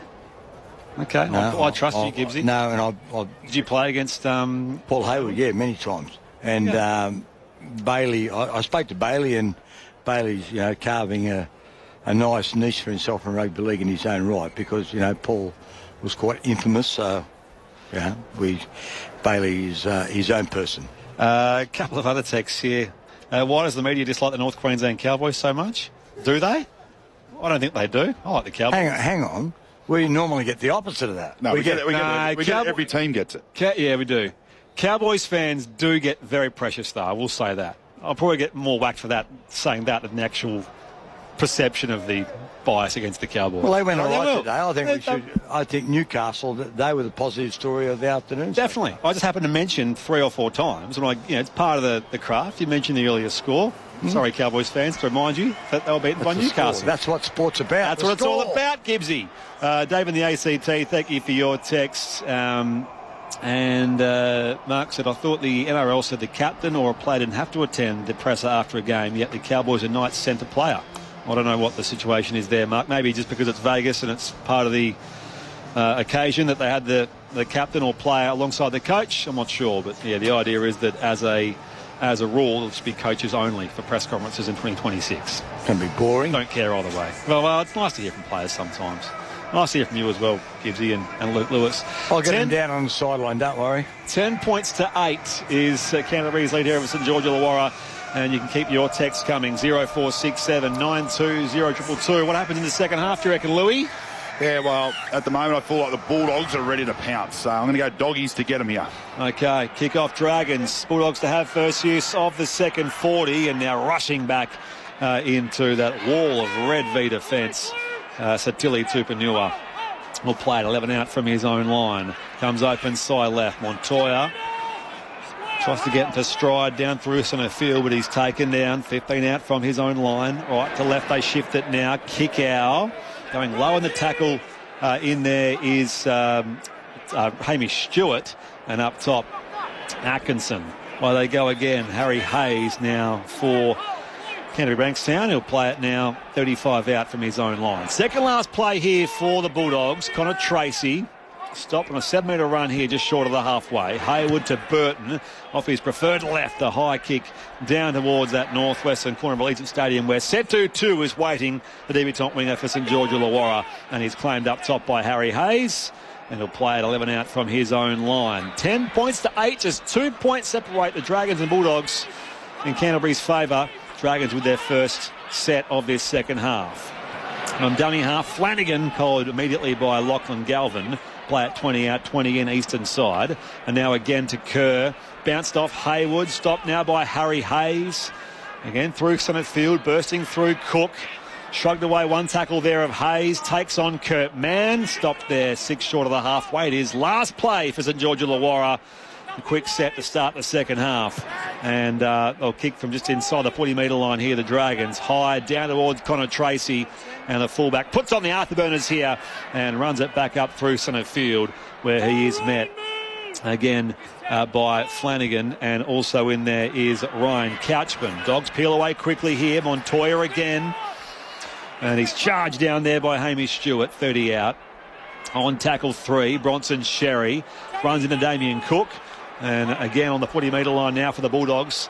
Clean pick up from Hayward at dummy half. Shares it with Carraz. Over halfway he goes.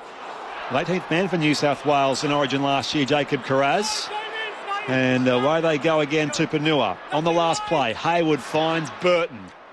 This kick, quite precise. Down towards that goal line now. Setu 2 launches. Wrapped up by Crichton. Ball bobbled loose here. And picked up by the Dragons, though. So they recover it okay. And they'll go back on the attack here, this time through Atkinson. 5 out from his own line. It remains Canterbury 10, St George Illawarra 8, Luke Lewis. I like what the Bulldogs are doing here, just getting through their sets and kicking deep into that corner down to Setu 2. Getting a really good chase and then finishing off that set. And about 5 metres out from the Dragons line. That's what you want to do to build this game. Here they go again, St George Illawarra. Christian Tripolato is placed on report in that first half. Nice run here, 35 out from his own line. Cook off to Jaden Sewer. And he's swarmed on there by the Bulldogs' defence. 10 short of the halfway on the 40-metre line. Last play, again, Atkinson involved with that kick. He just roosts it down towards that 10-metre line. Lost backwards by Montoya, now recovered. The Bulldogs through their winger are on the attack here, and Ryan Couchman makes the tackle on him. 12 out, centre field. Still 10-8 the Bulldogs' way, Gibbsy. 3.5 gone second half. Yeah, it's tight, isn't it? It's tight and scoreboard. Canterbury leading by that same 2-point margin at half-time. Setu 2 in his debut. I think he's done a particularly good job. He'll love a try, I'm sure. He's got his... he's got... Yes, indeed. Here they come. It's Tupanua for the Bulldogs. Slung to ground by Damien Cook. On the second last here, Haywood off the deck now to Galvin, and now Preston involved as well in that right edge. Play at 5 inside Dragons territory. 4 minutes played second half and still no change to our half-time score. Bulldogs 10, Dragons 8. Last play kick Burton. Down towards Setu 2. There he is again, and Crichton meets him. So too in there, Jacob Carraz, and the winger will play at 13 out from from that northern line. Setu 2 has his wife and his eldest child watching on it in Vegas. The youngest didn't make the trip, I don't think so. But it's a great story, as I said. He's overcome a lot of adversity in his life, Setu 2, to get this debut at the age of 26. Here's Tuipulotu, 30 out centre field. Played to Cook on that left edge again now. It's with Leilua, and he's stopped 11 short of the halfway. Cook links up with Ryan Couchman. Made light work of Kurt Mann, but Harry Hayes makes sure of it this time. On halfway, last play Dragons, 10 points to 8 is the Bulldogs lead. Last play kick Atkinson goes high in the air down towards Connor Tracy, and the Bulldogs fullback again has some room to move. Not before he's cut down by Stewart, and now he'll play it. Burton off to Montoya. He tries to waste no time either. Cook tackled him. 30 out, 20 in, eastern side. And now again, Josh Kerr makes the tackle in concert with Hamish Stewart. And Haywood gets up to play it now as Kurt Mann receives it. Over halfway he goes. 6 minutes played second half. Still Canterbury 10, St George Illawarra 8 here on ABC Sport. Hayes offloads back to Burton. Needs an option here on that edge, but he doesn't get one. And he's brought down by Kerr and also Ryan Couchman, who'll play it. 35 out, centre field. Haywood back to Galvin on the last. His kick goes up. Setu 2 will launch. Carraz, though, well through the air. Did well there, Jacob Carraz. But Atkinson strips the footy. It comes away here to Gutherson. Dragons are away. 11 out from their own line here. And they'll cut a new set from there. The Dragons 10-8. The Bulldogs lead, Luke Lewis. Yeah, well, there's nothing going on at the moment. It's just an arm wrestle. And one team's going to come up with an error or give away a penalty to get field position, like I say all the time. So this is how you want to start games. You just want to get through your sets. You want to get to your kicks. You just want to keep the pressure on and see which one's going to break first. And it looks like the Dragons have just made a mistake. Yeah, that was an error that time. Haywood forced the error on the ball carrier in Moses Sully. And now it's Samaji Baji as well here again, Gibbsy. Well, we said about the needle in the first half. I mean, I don't know whether they're putting on a show for the Las Vegians or whatever it is, because it's silly. Well, nothing's doing. It was a fair play. He lost the ball, Moses Sully. Bailey Haywood came over the top. Get on with it, boys. I think they are all a little bit tired, needing a breather. Las Vegians. Nice. Well, off the SMS 0467920222, Ravi from Sydney reading a book under the trees next to the SCG listing the U Legends. How good. On you, Ravi. That sounds like an amazing way to spend a Sunday afternoon. Now, what are they checking here? 6.5 gone. The clock has obviously stopped, but Sully still he's up on his feet. We're just seeing what happened here in the aftermath of Preston and Flanagan. Nothing resembling a punch being thrown there. Montoya was tangled up down there, though, with Sully. Grant Atkins having a chat to Damien Cook. Don't kick the ball away. There you go. So, petulant stupidity. Penalty, Bulldogs. Seriously. Gave a penalty away earlier with the ball in hand. Now he's kicking the ball away, giving a penalty. It doesn't... Anyway, probably actually easy to defend, to be fair. You don't have to go on the scrum, make it one-on-one. Yeah, but we talk about speeding the game up and waving our hands like a windmill, all of those things, and all of a sudden they've had a little contretemps over nothing, and we've been waiting for 2 minutes. Kenny Loggins is blaring through the speakers there at Legion Stadium. 10 points to 8. Canterbury still leads here. They'll have a penalty going their way. Moses Sully sent for an HIA as well after that earlier error he made. So, Bailey Haywood. They're not going for goal from an easy position. They're going to go on with it. I'll tap 30 out here, the Bulldogs. They lead by that 2-point margin, 10 points to 8. There they go, 20 out, 20 in from the eastern side. Harry Hayes. Play it now for Haywood. Open side left, plenty of space for Galvin. Inside ball now to Viliami Kikau. And he's collected, 15 out, in line with the uprights, northern end. Haywood goes back to the right-hand side again now for Kurt Mann. Inside that 10-metre line before he's swallowed up by Hamish Stewart. Now played back to Hayward on play 4. Galvin to Preston. Takes on 3 defenders. Not quite there. Held up just shy. 2 plays left here on that northern goal line. Didn't cross it, so they'll still have those plays deep in front of that goal line now. Galvin clobbered from the side there, Jaden Sewer. Last play, Bulldogs. Hayward sends it back here. Burton to Kikau, and he goes back on the inside. Tipped down by Ryan Couchman, and that constitutes knock-on as it went forward.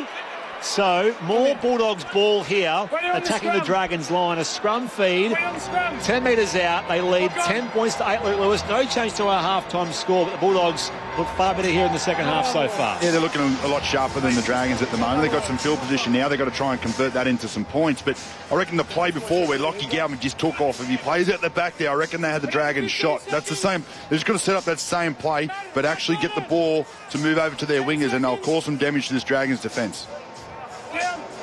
So, scrum feed here for the Bulldogs. 10 out centre field.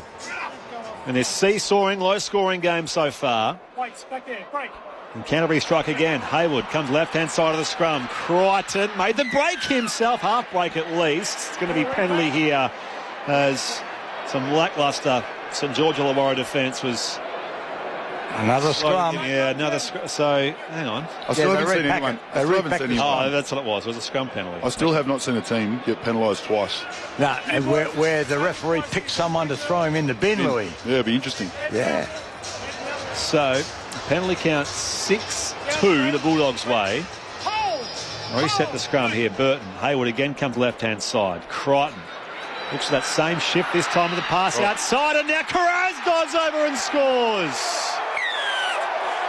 Jacob Carraz, his first try of the year. He scored tries in both finals last year.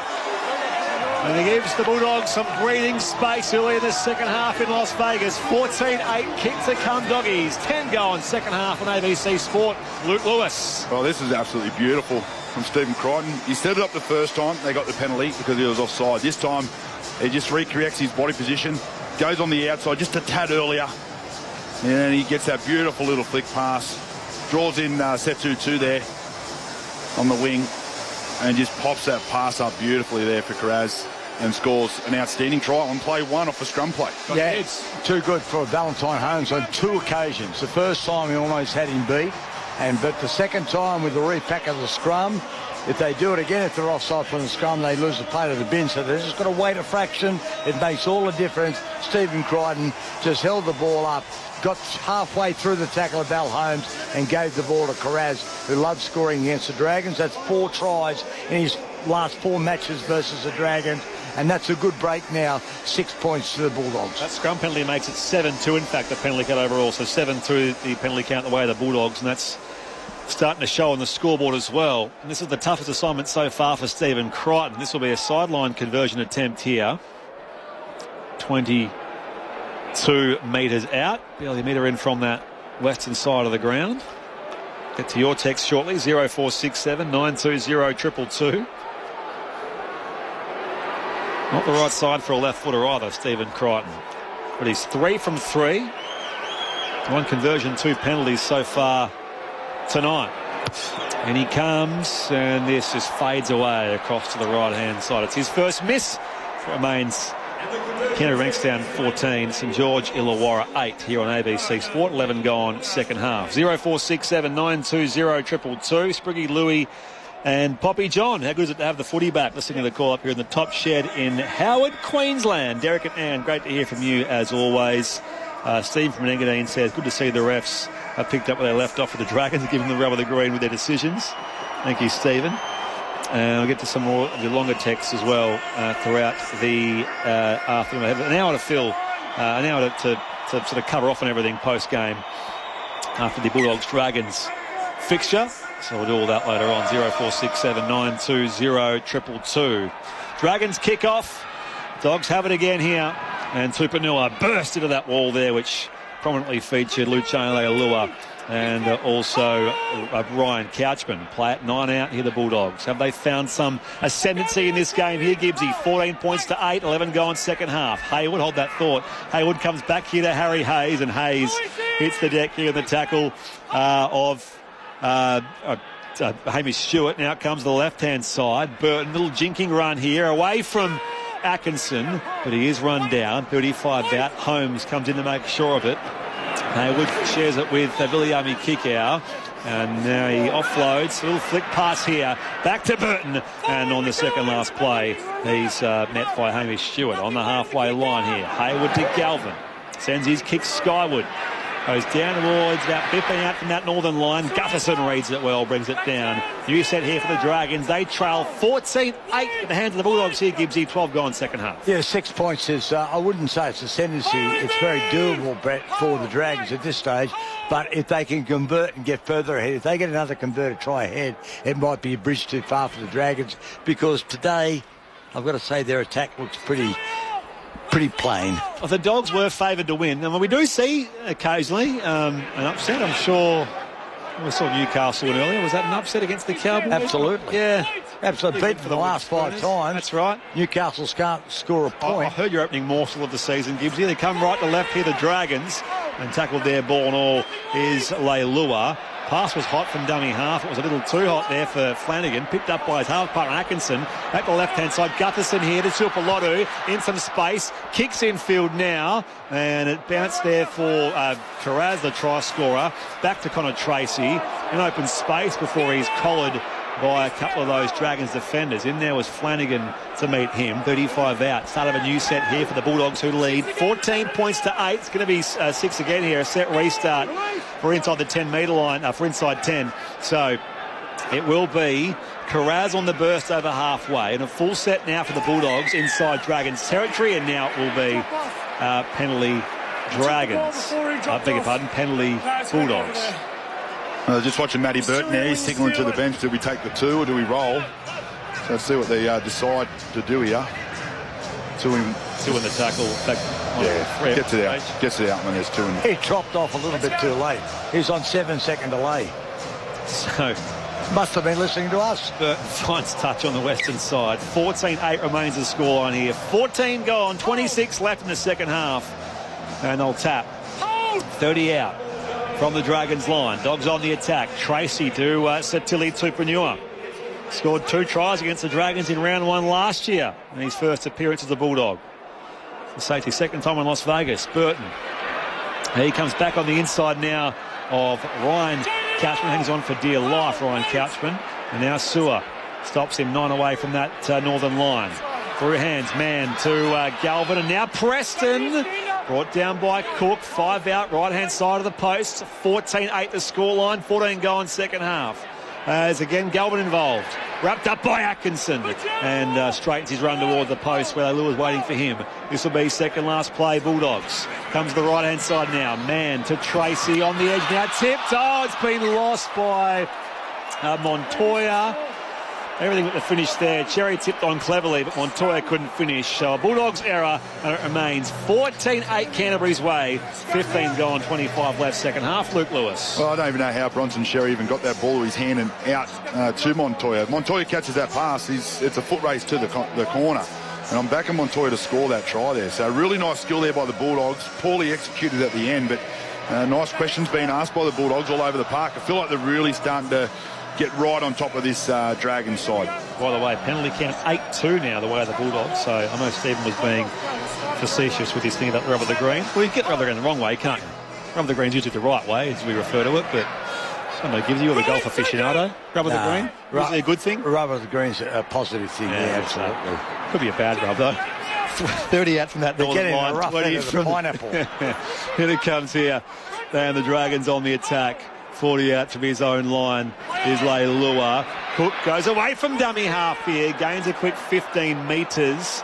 He'll play it back now again for Ryan Couchman. Open side, right they come. And Atkinson collected by Kikau on the last. Now the kick from Flanagan. Up it goes. Last play, Dragons. Well watched by Montoya. And coming in to make the tackle on him is Matt Feeney, their last interchange rotation. So Matt Feeney off the bench, getting some early minutes in this second half. So Bulldogs now on play 3, still inside their own 10-metre line. Make it now 15, that run from Montoya. And now Tupanua. They lead 14 points to 8, the Bulldogs. Hayward waits at dummy half here, but it will be lost by Tupanua and to play the ball. So he's showing his frustration. Not his first error of the match either. But it was deemed that it was not properly played or wasn't played. He lost it. He was going to have to play it. So pretty straightforward there. Error from Tupanua. Dragons ball, 14-8 is Canterbury's lead, Luke Lewis. Now, this is the first opportunity the Dragons I can remember in the second half up on the Bulldogs line. So let's see if they can actually do something with it and create a little bit, I suppose, pressure on this Bulldogs side, because it's just been all the Bulldogs in this opening second half. So scrum feeds at George Illawarra. The tram line's 20 in and 25 out from that southern line. 14-8 Canterbury's lead here. Ball is with Toby Couchman. Played centre field. Cook links up with Stewart. Back to left-hand side they go. There's Feeney. Brought down on a strong grab there from Marcelo Montoya. 22 out, 5 in from that eastern side. Furthest away side of the ground now. Flanagan back here. Hamish Stewart. He's clobbered in there by Harry Hayes. Still has the footy somehow. On tackle 4 now the Dragons. Cook goes himself from dummy half. Still 15 metres shy though of that Bulldogs line. Can they hit back and level things up? Here's St George Illawarra. Open side right now. Flanagan. Dummies one pass. Now goes White. Gutherson. Atkinson was dealt with. Play goes on here for Setu. 2 inside 10. And he's wrapped up by Hayward. Play it now. 8 away. Right hand side of the uprights. Last play Dragons. Crossfield kick. Almost charged down by Kickow. Deflects away here. It's going to be 6 more now for the Dragons. Deflected down favourably for Ryan Couchman. 12 out. Left hand side of the pegs. Comes left hand side again now to the edge. Matt Feeney in a 2-man tackle. He will be stopped now on that 10-metre line. 5 in from that far side. Canterbury 14, St George Illawarra 8. Left to right, they shift it now. Here is Hamish Stewart. Ran toward the posts. Plays it now for Cook on tackle 4. Off here all by himself was Ryan Couchman. Not quite there. He's a metre shy, barely. Up against the left-hand upright.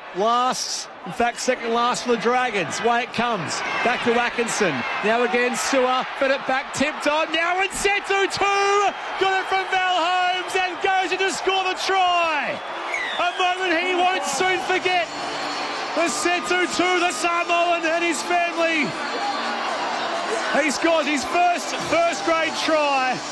And it keeps the Dragons alive. 14-12 kicks to come. Yeah, how good is this for Setu 2? Really nice finish here. But I tell you what, Gutherson, little tip on. And then Val Holmes doesn't overplay his hand, just gives Setu 2 enough time to get the ball in hand. Look what he wants to do and how he's going to finish this try. And he does it absolutely beautifully. He gets it now as he dives over, 2 hands, all body in the air, puts the ball down nice and firm into the corner, and that's try time for the Dragons. Mentioned his story, Gibbs. He lost his mum at a young age, had to have all kinds of hardships. He had a serious injury as an 8-year-old playing rugby. Only came to league at the age of 18. Train and trial contracts, all that kind of stuff. And he gets the opportunity at 26 years of age, scores his first NRL try. And it was clinical the way he put the ball down, because he was into a cameraman. He was into the hoardings there. He could have been hurt.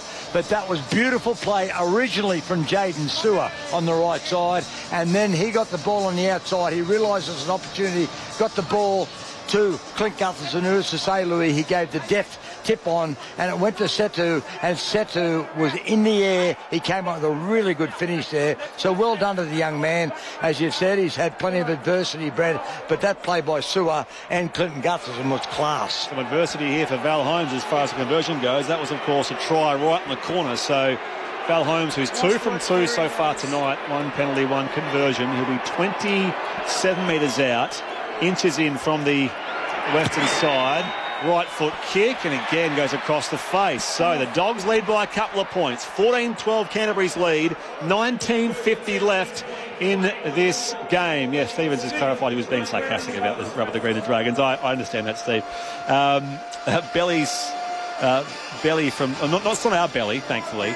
Belly wouldn't say this. Belly's just saying that Cowboys fans are big whingers. Your words, Belly, not mine. Not to be confused with Grant Bell, who certainly wouldn't whinge about that. 0467 920 Could be bellyache. Belly from Sumala. Thank you, Belly, for your text. I'm sure Cowboys fans really appreciate it, as well as they do the result earlier, where the Newcastle Knights beat them 28 points to 18. Game on here, though. 14-12 Canterbury's way. And they kick us back off. Burton sends it deep down towards that opposing in-goal area. And it's run back here again by Toby Couchman. So he's back out there for St George Illawarra. Come open side right, this time with Leilua. Back now to the left on the edge for Moses Suley. 150-plus gamer. He passed that milestone last year. International footy for Tonga. Some good players out there. They just lack the firepower. The kicking tee is still out there. And the players, he's going to have to play it on top of the kicking tee there is Christian Chilpalotu. Why is that green tee still out there? Here's Gutherson on the halfway. It comes across the open side right. Kick comes downfield from Atkinson. We go to the opposing 10-metre line. Tracy, the Bulldogs fullback, runs it back here into the line, which features Toby Couchman and also Hamish Stewart. Supposedly his twin, says Gibbsy. Not to be confused with his real twin, who's out there as well. Here is Jacob Carraz. The Bulldogs' only second-half try scorer so far. 14-12 is the Doggies' lead. 18:40 left. This is on play 3, the run from Montoya. Play to Hayward, 30 out from his own line. Now Max Kingley's back out there. Offloads. Back here now for Kurt Mann. Tried to dummy the pass and then, in fact, takes the contact in there of Jaden Sewer. This is 40 out, 20 in from the western side. And Hayward, well, it looked like a forward pass from dummy half. Now it comes back to Burton.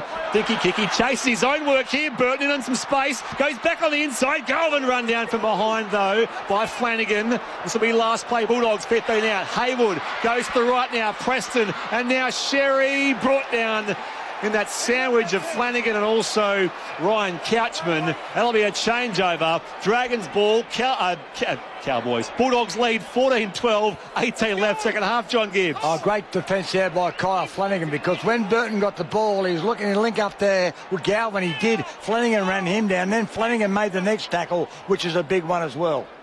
So they press upfield again here, St George Illawarra. Setu, the most recent try scorer in the game. Back to Gutherson, and he's swarmed on there by Preston and also Kurt Mann. Will play it now, 20 out centre field. Cook swings it back to the left-hand side for Tuipulotu. Place on report in the first half for the Dragons. Play 4 now it is. 30 out from their own line. Galvin and Hayward with the tackle there, and getting up very slowly is Leilua, clutching his left ankle. We'll keep an eye on that one as well, Gibbsy, as here they go through the Dragons and Ryan Couchman on halfway. They'll come back on the last play here. Now Atkinson punts it downfield. High and long kick for the fullback Tracy. 17 left in the game. Canterbury 14, St George Illawarra 12. They're swinging across the right-hand side. Montoya tackled down there again, this time by Moses Suley. And up they come, up the right-hand side of the paddock. It's now in the hands of Montoya again. 14-12 the scoreline. Dummy half Galvin come across. Carraz in centre field. And Carraz is corralled here by Jaden Sewer. Hayward back to Galvin. Over halfway they go. Preston. He'd be dangerous again. He stands in the tackle of Flanagan and Cook, who play it 40 out from the Dragons line. Last play Canterbury as it comes back to Burton. And he goes high and long cross field. Setu chasing it back with the flight. Did well to take it in the in-goal area. The kick out came in hard and strong as well. But I fancy he was in the in-goal when he took that, so it will be a let me to restart here for the... No, that's going to be a line drop. It'll be a line drop out. Line drop out. The kick was pinpoint accurate. Have a look at this. Yeah. Half a metre before the goal line, and then he was pushed into the in-goal area. He did a good job to catch it, though.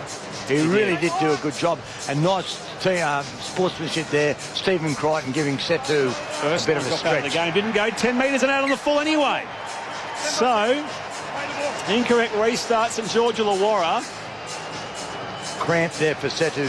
Yeah, he's getting up in back play as well. Canterbury ball, 10 out from Dragons line. 14-12 is the Bulldogs lead.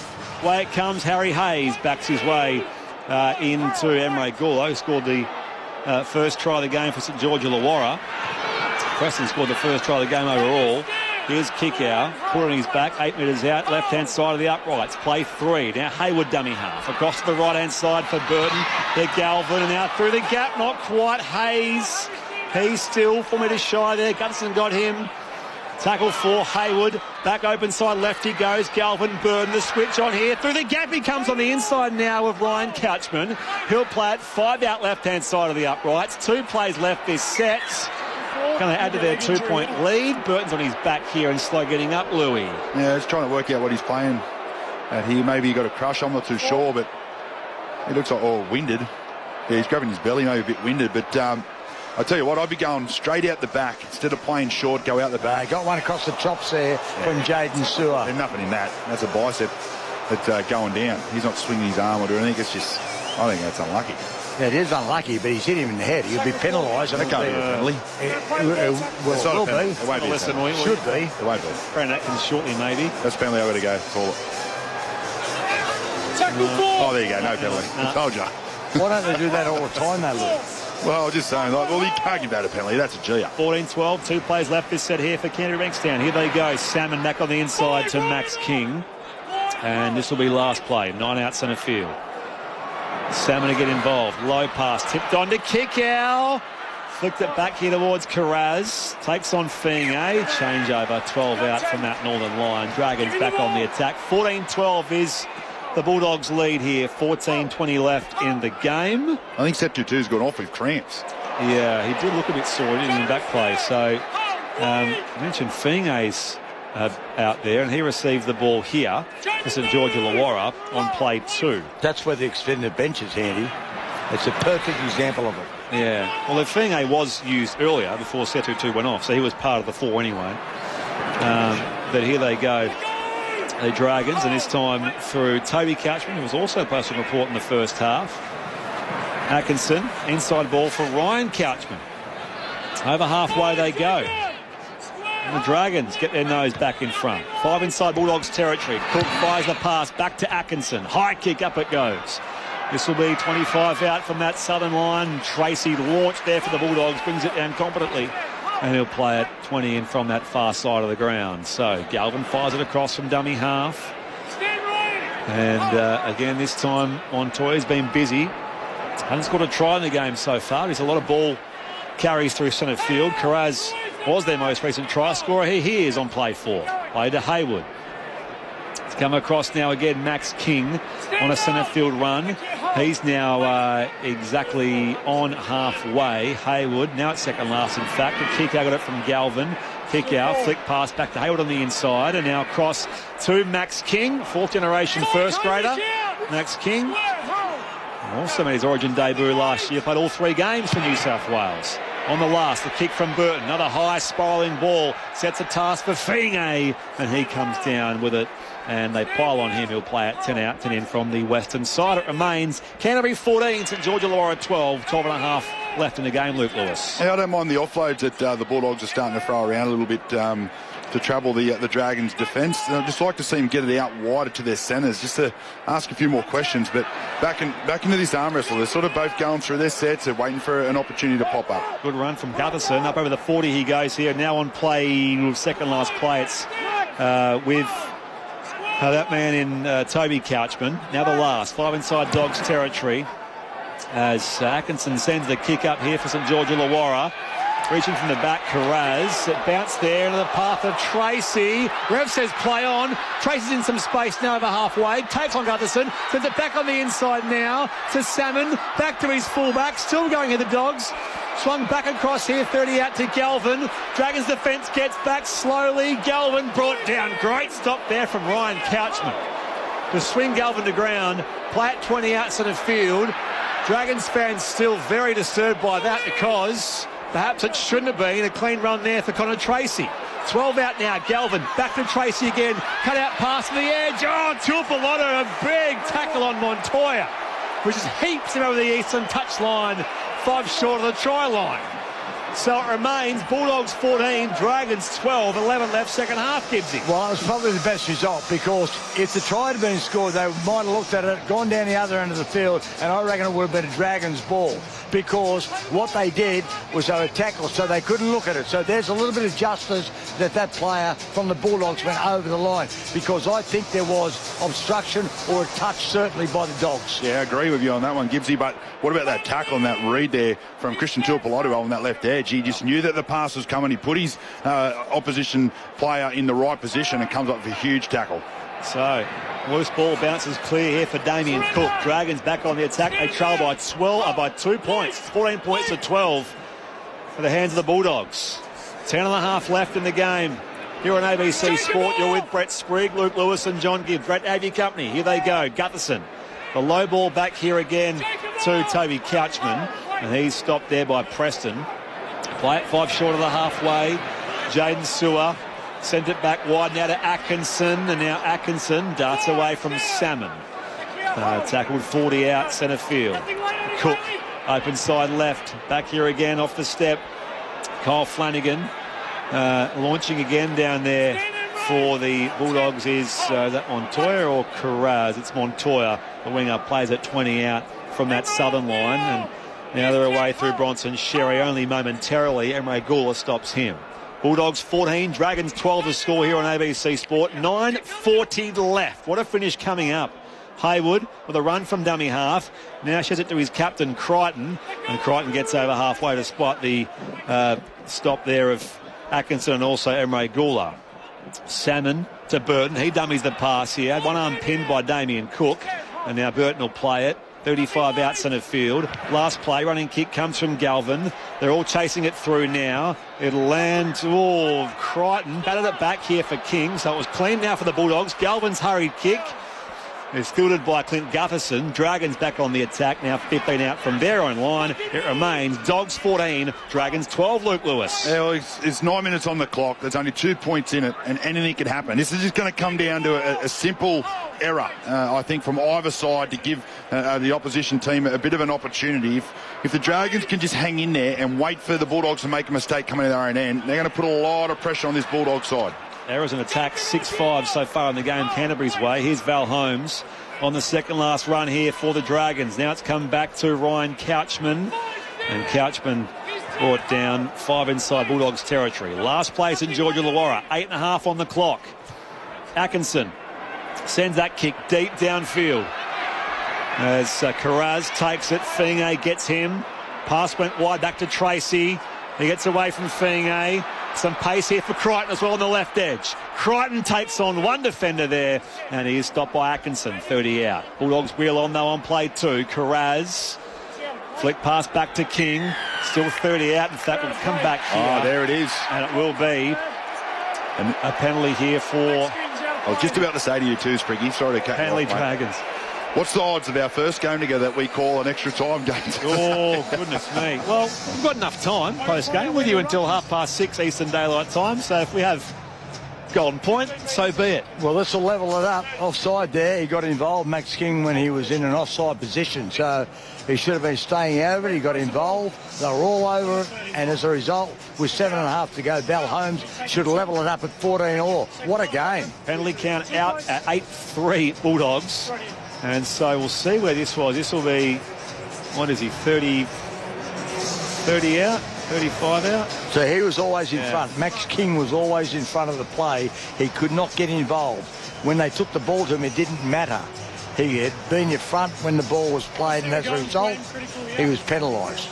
One of those technical ones that the players don't even think about sometimes. Yeah, you definitely don't think about it. It will be 30 out here to kick.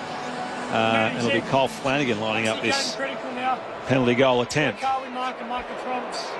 up to the Val. I think he's got a sore. Well, he's been limping a bit. It might be his hamstring. Yes or no, Louis, this kick? Oh, 100%. Yeah, he's straight in front. 99.9%. Yeah, the distance is only 30. This is like the NFL when they have the net behind it. Yeah. Oh, yeah. So it's one of the, it's not too great a distance, I suppose. It looks like it from this angle. 14-12 here to level things up. Kyle Flanagan, of course, 50 games as the Bulldog previously. Third year at the Dragons, same as his dad, the coach, Shane Flanagan. to lock the scores up in Las Vegas. In comes Flanagan, starts it right, comes back, no mistake, there it is. Canterbury Bankstown 14, St George Illawarra 14, 6:15 left on the clock, John Gibbs. Game on. Well done there, Kyle Flanagan. He's come on with some good defence, Kyle Flanagan, too. What they have done is Daniel Atkinson, well, he's kicking better than I thought he could. You know, he's getting rivaling Matt Burton with his hang time, and the chase of those wingers has been fantastic. I like Daniel Atkinson, but his best attribute is running, right? So at the moment he's just guiding and directing, and he's kicking really well, but I'd love to see him run the ball as well. Clock ticks down, 5:42 as it currently stands. Bulldogs kick us back off. Dragons with the use of the footy. Charging back here, Emre Gula. And he's met there by Sherry and also Jacob Preston. We spoke about disappointment of last year's finals during the week. Jacob Preston, of course, out in straight sets. The Dogs fighting for it here against St George Illawarra Dragons. 14 points all. 5:20 left in the game. Cook dummy half on play 3. It's been lost. It's been lost. Another error. So it's been lost out there by Moses Sawley, is it, who's made that error? But Jamin Salmon got him. And it was a simple one. Yeah, Moses Sawley, just lost it. Yeah. You've got to be a bit smarter there too. You know, you don't want to be having that type of contact there. You know the game's on the line. There's 4 and a bit minutes to go. The easier carries to go out, not to come back in. Take the easier carry, get down, get you play the ball, get through to your kick. The Dragons, they always seem to put themselves in a situation where they've really got to fight for the win. 4:35 left. Indeed, there were times last year the Dragons were in position to win games. Bulldogs scrum feed, 20 out. It comes right-hand side of the paddock. And now a tackle made by Stewart on Bronson Sherry. Galvin first receiver. Now King backs his way into 2 or 3 Dragons. Centre field, 10 metres out now. Hayward dummy half on play 3. Back to Galvin, and now again Preston gains some ground here. He's 5 out, right-hand side of the uprights. 4 minutes left here at Allegiant Stadium, Las Vegas. They run the ball again here on tackle 4, and run down here is that man in the Galvin.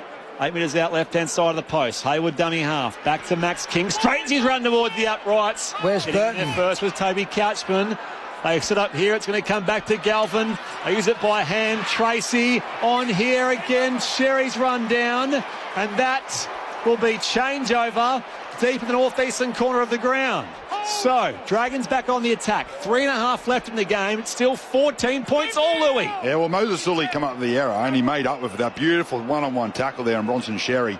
Now, I reckon he was going over if he doesn't make a real good ball and all tackle. So, nice play there. They've got to be smart here now, the Dragons. It's just about getting the ball all the way down the other end. Make them come out of there and see if they can force an error from the Bulldogs. They get field position, though, as well here, the Dragons. Up through centre field they go. Good run from Holmes. He's 40 out centre field. Come back from Cook now to the fullback Gutherson. 2:55 on the clock. And this is last play, so Atkinson again sends it deep, high in the air.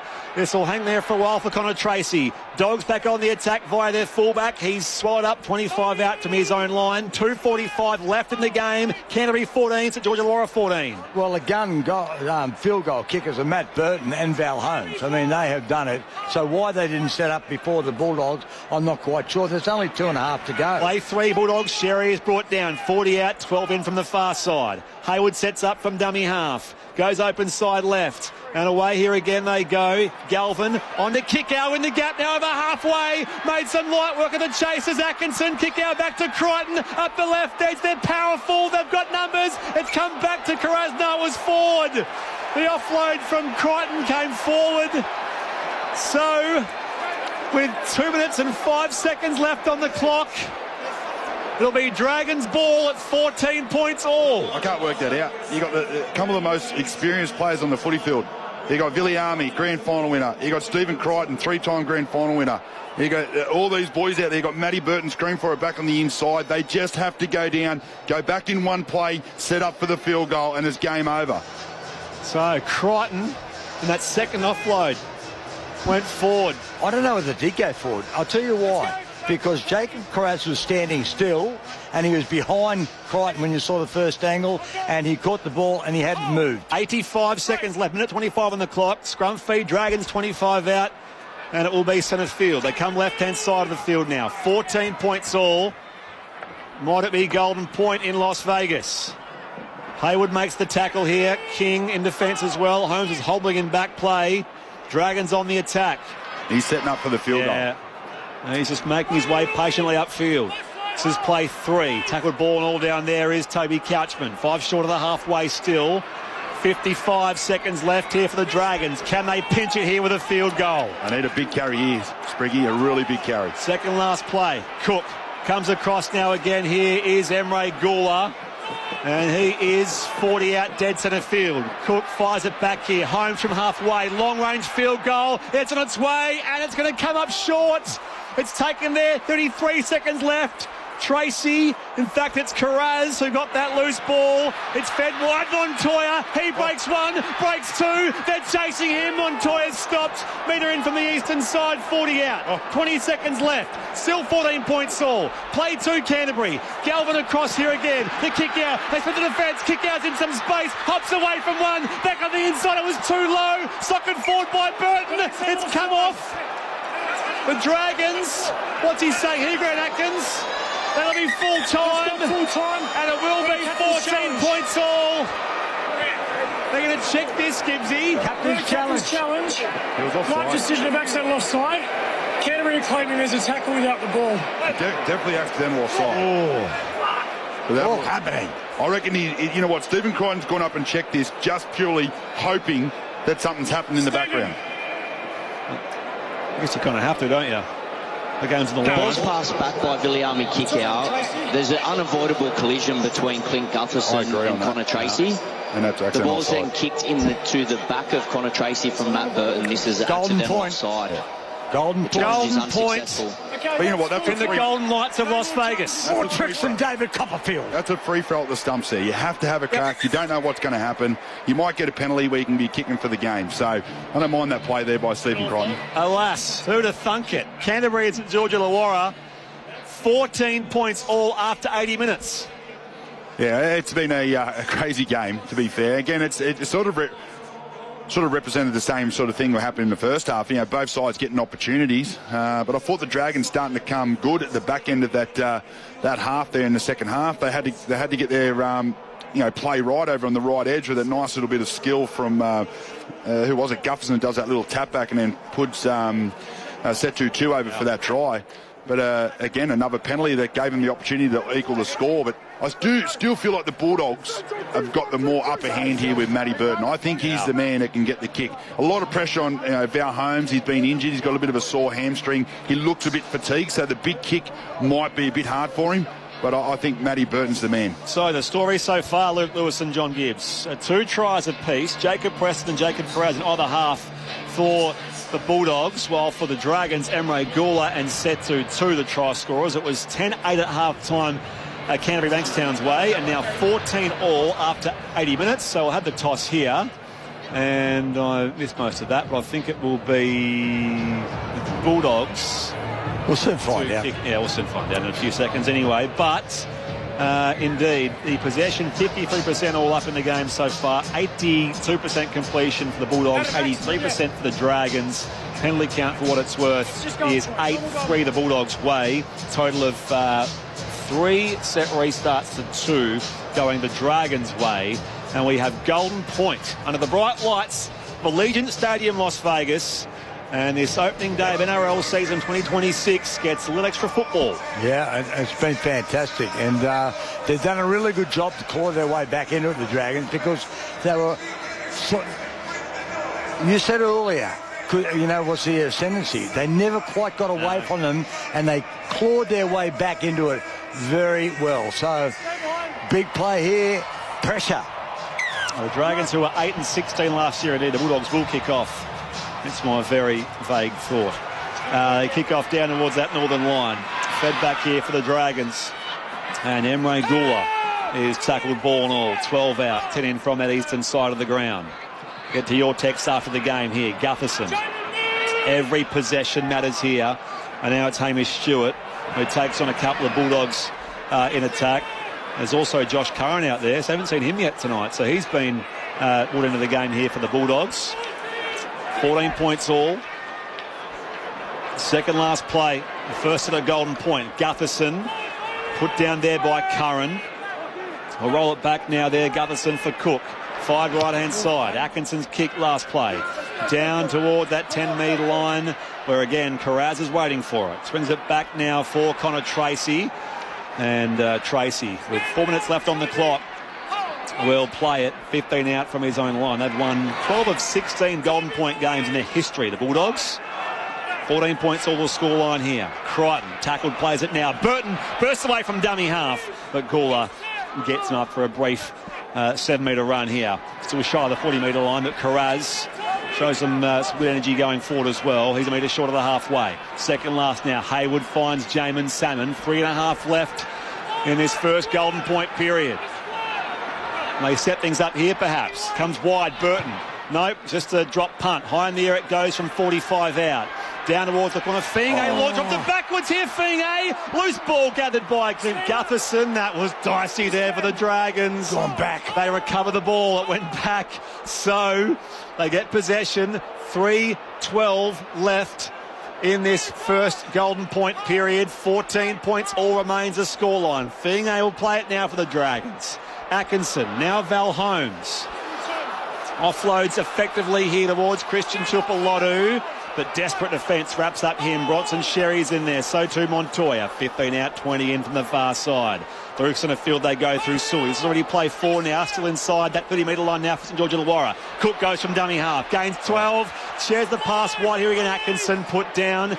This is last play. Still a long way from home. Behind that halfway line. Kick goes up from Flanagan. 2.5 left in Golden Point now. Comes down towards Connor Tracy. First period, yes. 2.5 before, yes. That's what I meant to say. Comes here to Carraz. Backs his way into Toby Couchman. And they'll set things up here with... There's only play 3. So Hayward, 40 out from their own line. Comes back to Montoya. Seeing Burton just waiting for it in back plays. Running with that line here upfield. Salmon carries the ball here over halfway. Couple of plays left this set now. Hayward goes to the right now. A good burst there from Lockie Galvin. He's within 30 now of that Dragons line. Where's Burton? Minute 50 left in this first half of Golden Point. Running kick, charge down with the Dragons. Bubbles back here for the Bulldogs. Burton gave a shove. So it'll be deemed here as Tupanua hits the deck. Atkinson said it was knocked on. So scrum feed. 90 seconds left in the first half of Golden Point. Still 14 points all. And he said it was Tupanua knocked on. So scrum feed Dragons, 14 points all remains. Accidental collision there. Yeah, it was good work by Jaden Seward too. He could see what was coming. His line speed to put that pressure on and stop that field goal from going off the ground. This is the second ever head-to-head Golden Point game between these two sides. The first one was won by the Bulldogs. Josh Reynolds, remember? Finals Scrum feed 30 out here, 14 points all. 60 seconds left this first half of Golden Point. So the Dragons with the ball on play 2, 40 out from their own line. Cook dummy half. Across now again here through Hame Sele. Wrapped up by Curran. Also in there was Max King. Over halfway they go. Position well here, the Dragons. We've got the footy through Toby Couchman. Still a couple of tackles left. They're 40 out. 45 seconds left to the Golden Point half time. 30 out now. Here they go. Good run from Tuipulotu. They'll swing it wide now. Cook finds the kick there from Atkinson. It was charged down. Bounce back here. It's going to be 6 more Dragons. 35 seconds left. Still 14 points all. We'll get another shot at things here. The Dragons. Cook across here to again Toby Couchman. 30 out centre field. 22 seconds left. Still some time here for the Red and Whites. Run down there, Sewer. Cook looks for a kicker. Goes back again, Atkinson. On the wrong side. Now comes back. Hayward, run him down. Great defence, Canterbury, Bankstown. But there's one more chance here. Dragons, 5 seconds left. Val Holmes from 45 out. On its way it goes. Off target left-hand side. And that's the first half of Golden Point done. We are still 14 points all. Canterbury, St George Illawarra, 85 minutes played, still level at 14 all, Luke Lewis. Yep, it's got everything, hasn't it? I reckon both sides had their chances. The Dragons had to take it one earlier. They couldn't afford to go on another tackle. They should have took it when there was about 20 seconds left on the clock. They had everyone, the Bulldogs were out on their feet. But really good scramble to put that pressure on the Dragons so they couldn't get it over. And I tell you, I reckon Matty Burton's angle, the way that ball was coming off the ground, that was definitely going over. So big play there by Jaden Sewer as well. And both these sides absolutely out on their feet at the moment. I've still got to say, there's been great tenacity showed by the Dragons. The Bulldogs, they had their chance in real time to be able to kick a field goal. They didn't take the opportunity and haven't had many chances. And Viliami Kikau still is the most dangerous player to make ground on the edge because he's made mincemeat of Valentine Holmes. So 14 points all here. By the way, Lisa Healy's 150 not out in the women's one day in Hobart. We'll get to that later on, but you can hear that if you want via the listen up pink ball button. But here it's game on. 85 minutes played. Still 5 to go. Golden point. Just quick on, boys. What are you thinking? We're going to get a winner or we're just going to go draw? Saying Canterbury to win. We're going to get a winner. Going to get a winner? I think we're going draw. Okay. Who's your winner, Gibbsy? Bulldogs. Okay. Kickoff goes down to the Bulldogs here. So, Max King runs it back. And he hits up off one tackler there in Leilua. And he'll play it 8 metres out. He was driven back there a fair way, Max King. Here's Montoya. Tiring bodies as they approach the late Saturday night in Las Vegas. 14 points all, Tupanua. Play at 25 out now. This is play 4. As it's come away here again now to Kurt Mann. Hayward, dummy half. Across here to the right-hand side. Good burst again from the fullback in Tracy. He'll play it 8 short of the halfway. Hayward links up with Burton. Again, he punts that ball high and long downfield. And Finay on the wing takes it 20 out from his own line. Dragons back on the attack. 4 minutes left in this game of footy. It's Golden Point. Second half of Golden Point. Val Holmes is pushed back there by Hayward and King et al. There to greet him. Dragons on the attack. Play 3. 30 out centre field. Again, it comes back here for Christian Tuipulotu. Play at 20 in from the eastern side. 40 out now. Position well here, but it's play 4. Moses Sully hits the deck now 5 short of the halfway. Cook, and they get a bit of a break here, the Dragons. Gutherson gains a quick 10. He's 40 out from that Bulldogs line. Cook, long range attempt now. No, it's going to be just a drop punt from Atkinson. So he kicks high down towards that corner. And Montoya parks himself under it, brings it down. Bulldogs back on the attack. 3:15 left in the game. No matter what, will be win, lose or draw. This game will be done. It's still 14 points all though. 13 out from their own line here, Bulldogs. Galvin dummy half. It's already play 3. Burton swings it across here to Crichton. In some space, saw a half break. He's run down from behind though there by Matt Finay. Bulldogs captain will play it here, or he's clutching his left ankle, Stephen Crichton. Bit of cramp there. He's with his teammate Matt Burton to sort him out. Tried to play the ball really quickly. Came up with a good surge, and then he was too quick because it's like when you move in bed and you get a cramp if you move too quick. Especially when you're 69 years of age. Well, doesn't that happen to you? No. You're not putting enough in the day then. 2:50 left in the game here. Back to the serious business. 14 points all. Dogs on the attack. 30 out, 20 in. Hayward dummy half to Max King. And this is the second last. He's cut down there by Cook. 8 short of halfway. Last play. Oh, pass was left wanting there. Untidy for Galvin. Tipped off into Preston. He kicks last play. Preston. Dragons have the footy. They'll start their next set with Gutherson. 35 out from their own line. So that's a bit of a head start here for St George Illawarra. 2:15 left in Golden Point. Dummy half Flanagan. Across to Moses Sully. Still 14 points all here. Seconds tick down. 2 minutes and 8 seconds left. Dragons on play 3. It's time Couchman. That's of the Toby variety. Keeps it going here now. It's Ryan Couchman over halfway on play 4. Can they get within range here, the Dragons? Minute 50 left in the game. Comes to the left-hand side now again with Leilua. Patient build up here for St George Illawarra. Minute 40 left. Scores level. Cook finds Atkinson on halfway. Long-range attempt goes on it. Missing left-hand side. Taken to the in-goal here by the Bulldogs. So, Tracy. 7 tackle set. Wait. Yep, you heard it there from Ref Grant Atkins. 7 tackle set. Restart from 20 here for Canterbury Bankstown. 90 seconds left. That was a massive shot. He got the distance. He just didn't get the angle right. Faded away to the left from Atkinson. Feeling the hero in his first game for his new club. Might yet still be, but Bulldogs have possession. First of 7 tackles, 35 out there from their own line now. Sherry gets involved. Ball comes loose. Cook forced the error, but they'll say it was penalty. There were 2 in the tackle. Take the 2, Matty Burton. So he smacked it from 60. Yeah. Oh, I don't know. That's a break. As he was bouncing off Ryan Couchman, Cook was in from the side.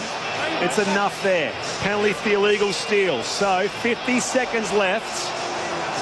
14 points all. Do you take 2 in and then hit it? Or do you try and take the penalty goal? No, you still got time to find touch, don't you? Yeah, well, that's what I mean. You can kick downfield, take 1 in, and then kick. I reckon Matty Burton will. Take a couple of them. So Burton finds touch, 22 out from that southern line. Position well here, the Bulldogs. 25 seconds left. Preston carries the ball, angles his run towards the post. He stopped 13 out, 20 in from the western side. Dummy half Haywood. King runs the footy as well here. 15 seconds left. Dead centre, 10 metres out here for the Bulldogs. Haywood looking for a kicker. Goes back here, lines it up there with Stephen Crichton. And the skipper nails the winning moment with 3 seconds left in Golden Point. The Doggies have pinched it off the boot of Stephen Crichton. After 89 minutes of football, exhilarating rugby league footy in Las Vegas. Heartbreak for the Dragons. But the Dogs win it at the absolute death, 15 points to 14. His first ever field goal. Stephen Crichton has never kicked a field goal before. What a magic moment in Vegas. He did it easy too. He did it absolutely, just nailed it. He set it up perfectly. Good work there by the Bulldogs. They had the penalty. They knew they had 47 seconds left on the clock. They set that play up absolutely brilliantly. And Stephen Crichton, he was standing a good 15, 20 metres behind the ruck. Made it very hard for the Dragons to get to him. And absolutely nailed off the middle of the ball. So, beautiful win. The pass came straight back, didn't it? It was almost vertical, just, straight back from Haywood at dummy half. Beautiful pass. Yeah, and it was slick. Yeah, all the way back to Crichton as they were looking at other options. He knew straight away he'd nailed that. Always watch the kicker, they say, in those moments, because he knew he was and the teammates. Yeah, and the teammates. They were just jumping for joy. And there's a lot of Canterbury fans there as well at Allegiant Stadium. They've had more of the voice. I can see the Dragons fans as well in the background, heartbroken, because they had their moments in this game, didn't they? The Dragons last year, 8 wins and 16 losses. Bulldogs had the reverse of that, of course, lost those 2 finals as well. So their own campaign ended in heartbreak in 2025 for the Bulldogs, but they win here first up. And thankfully for them, Louis, they have 18 days off now because they might need it to recover from that game of footy. Yeah, well, that's right. If you're going to go to extra time, you want it to be in Vegas in round 1 because they do get that extra week. They're not playing next weekend. So, yeah, look, they'll be cheering. They got the win. They'll definitely need the rest during the week. But what a game. What a game of football. Really fast game of footy. It was end-to-end stuff. There wasn't a whole heap of opportunities. When they got the opportunities, they took them. And Stephen Crichton, the man to step up, the captain, and absolutely nailed it over there. Yeah, the last few seconds, an incredible finish. We'll get some reaction from the host broadcaster shortly as well. Yeah, the Bulldogs have the bye in round 2. So the break, of course, that comes with the Vegas trip. Then they've got the Bulldogs, they've got the bye in round 2. Then they play away to Canberra against Canberra in round 3, which is 18 days' time. So we'll pick it all apart here for you on ABC Sport. What a win for Canterbury. Canterbury. Yeah, good. Canberra a short time ago. Where's that jersey they wear? Here's Lara Pitt with Lockie Galvin. Week, talk us through how it felt to be out there for that 90 minutes. No, that was probably one of the best weeks I've been a part of, to come here to Vegas and do what we just did then and be as connected as we are, and to get through the whole pre-season and come here and do it for the fans who turned up in Vegas, and then get a win like that. It's pretty cool, and all credit to the boys and Critter for nailing that field goal. Had to be Burton for getting the job done. Who was it? Critter, sorry for getting the bird done. Yeah, 100%. He's our skipper, he's our leader, and for him to step up in ice-up moment was that's what he does, and that's why he's our captain, and that's why he's one of the best players going around. What lessons do you take out of this, Lockie? It's been such a huge week for you personally, for the club as a whole. Just staying connected. We're such a connected footy team, and when we're connected and we're playing footy like that, and we're showing up for each other, I don't think anyone can beat us. So it's a pretty cool victory, and we'll enjoy the night now and get back home and keep working for the rest of the year. How'd you spend your time? Under 21, bit tricky? Yeah, I don't really drink too, so it's a bit weird. I let the boys enjoy their couple nights, and I'll let them enjoy their night, and I just kind of stay, go see mum and dad, and then stay in and watch a few movies. But no, I'll let them enjoy it, and they deserve it. Right. Well done. Enjoy that win. No, thank you. Appreciate it. Yeah, 20 years of age, Lockie Galvin, so of course he can't order a drink in Las Vegas. But there we go. Let's see if we can get back to the Dragons threw everything at you. How proud are you of this group? Yeah, really proud.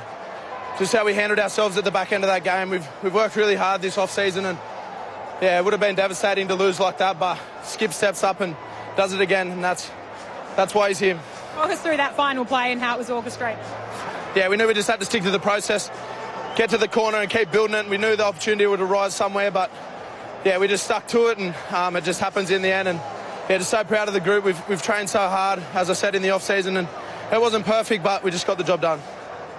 Your coach loves it, the physical stuff. He loves how fit you guys are. You needed every bit of that out there. Yeah, 100%. That just shows how fit we are and how connected we are. We've worked so hard that off-season, and yeah, we deserve that. Thanks so much. Enjoy it. Thank you. Cheers. Let's head over to Matt Burton there with Lara Pitt, courtesy of the host TV broadcaster Fox Sports. So 15 points to 14 there in the end for Canterbury over the St George Illawarra Dragons. 2 tries each, which was scored through Jacob Preston and Jacob Carraz in either half of footy for the Bulldogs. Emre Gula and Setu 2 on debut. He didn't finish out the game, Setu 2, due to what looked like cramp, Louis. You mentioned that Matt Fingay was out there on the edge in the latter stages of that game for the Dragons. Stephen Crichton finished with 2 from 3, 2 from 3 overall, having missed one of the conversions, made 2 penalties, and of course he nailed that field goal just a few seconds from 90-minute full time. And Val Holmes with 2 out of 3, and Cole Flanagan also with a penalty goal, successful in the 73rd minute. From 10-8 at half-time, 14 all after 80 minutes, 14-14 still after 85 minutes, 15-14. The Doggies clinch it in the end. What impressed you most, Louis? We speak about all the ways the Bulldogs are better. They have a more complete 17. Still Leo Thompson to come in as well. And there's obviously questions around every team at this stage of the year, but they were a better team, I suppose, when it mattered most in this game. Well, they got the job done with the 1 point, but I wouldn't say they were like superior better. I'm not at all. I think it was a pretty even game of footy. I think the Dragons really took it to them. The Bulldogs had their opportunities. They couldn't really make the Dragons, pay. A couple of times there they did, but the Dragons returned serve and did the same thing. I thought it was a very even game of football. I think the Bulldogs will be very happy with the win and the 2 points, but I don't think they'll be super impressed with the way that they played. I think there's a lot of things they could have done a lot better. But it's game 1 and it's a win. That's all that matters. It's points. No one will remember this goal. Actually, I'll tell a lie. You might remember this game because it's in Vegas and it's a golden point game, but they got the win and they know there's a lot more improvement in that footy team. What do you reckon, Gibbsy? Yeah, it was a good game. It was competitive, obviously.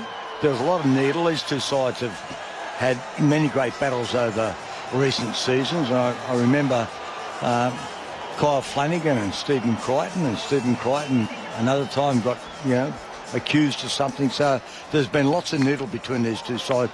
I admire the way that the Dragons stayed in the game. They really did. They put the Bulldogs under pressure. But that field goal, when you consider he's never kicked a field goal, you think Burton's going to kick.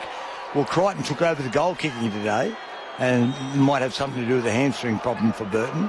And he also took over the field goal kicking. They had one chance because of a so-so strip. And they got the one play and went for the goal and got it. I might hear from Stephen Crichton, courtesy of Fox League. Here he is having a chat to Yvonne Sampson and Brian Fletcher. Fast. The atmosphere's crazy as well. But credit to the boys. They stuck in there the whole game. We definitely made it hard on ourselves with errors, and a lot of that. But yeah, credit to the boys for sticking in there all the way to the end and gave me that opportunity at the end too. So the Golden Point shootout, it's criminal. There was one little error either way, one charge down shot. You've got to reset. You must be so exhausted. Especially I saw a few cramps popping up out there. It was like you left it all out there. Yeah, it's pretty crazy how funny things work out. We trained for that type of stuff and trained at the back end of pre-seasons. What we're going to look at in Golden Point and to stick like that and.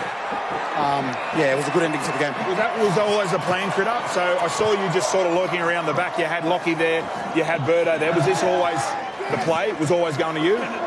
We had a few options there. If it was going to be a fast play ball, we got Birdo there. And it was kind of Milky's decision. Whatever pass was the easiest for him and whoever was in the best position. And kind of whoever got the ball, just have a crack. If you get it, you get it. If you miss, you miss. So. Now, Presto, that left foot step, where did that come from? I'm not too sure, to be honest. It kind of just happened, but I'm very thankful it paid off. The footwork to the line, it was a wonderful try, and Lockie timed it nice to get that pass away to you. Yeah, thank you. We've been working hard on our combinations over pre-season, and it was nice to see it kind of pay off tonight, and we'll continue to work hard on it. There's a lot. He looked quite vocal out there, Lockie. I mean, I know he's only been there a year and a half now, or sorry, just even a year. Have you noticed something over the off-season? Is he a lot more vocal? Because he was barking orders out there. His communication's gone to a complete another level. I think his defence as well. He's been working so hard on his defence, and it's a credit to him because tonight it paid off. Good. Wonderful to hear the development of your young halves, but obviously we needed a bit of a leader out there. How do you think you held your own? And maybe this is a question to you. It got a little spicy out there. There was plenty of contact. You were in the thick of it at some times, but certainly, and you got a bit of a speaking to from the ref saying, hey guys, just tone it down, otherwise someone's going to the bin. Yeah, I think that's the game of rugby league right now. You want to go out there and showcase your talents, and sometimes you tip over the line a bit there, and that was probably me in one of those tackles. But you're trying to go out there and you're trying to win a footy game as well. But yeah, like you said, the ref put us captains in and just try to chill us out. But it was a good game in the end. Got to give a little bit of credit to the Dragons. They were up for it. I know you guys were heavy favourites, and especially what you accomplished last year. You've got big ambitions for 2026. There was a really nice moment for Setu too. He scored a beautiful try here on debut, a very emotional moment for him, his family and all of his teammates. And I noticed you went over and helped him out with a bit of a cramp as well. Yeah, no, it was, like I said, it was a total accident in one of those tackles, but he's a young Samoan kid as well. Like I remember when it was my first debut, and I could just imagine how nervous he was, but he definitely killed it out there. And even their pack, we knew that they were going to come firing in the first 20 minutes, and they came out there and definitely made it hard for us too. So it was good. Okay, that's enough serious talk. What's going on after the game tonight? Where are we going and who are we seeing? 8 hours sleep. Yeah, of course. 8 hours sleep, straight to the flight. Nah. Where are you off to? I'll leave that to J-Boy, James Salmon. He'll organise that. He's the ringleader, so but I'm sure we'll have some fun. So yeah, can't wait. I think you might.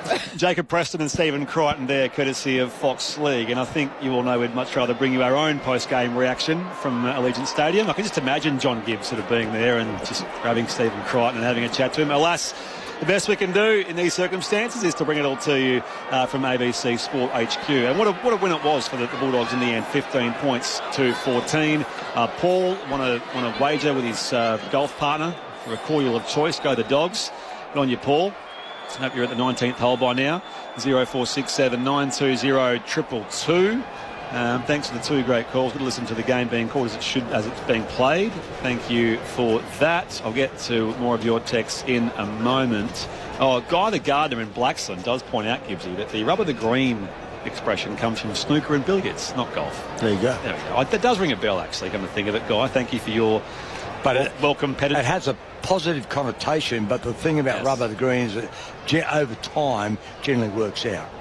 We're with you until 6:30 p.m. Eastern Daylight Time, or 5:30 in Queensland, so stay with us for that. We'll hopefully have a chat to MC, who's in Las Vegas very shortly, and we'll also recap the earlier game where Newcastle 28 beat North Queensland 18, and in fact look ahead to the rest of our round one games starting on Thursday evening where Melbourne host the Parramatta Eels.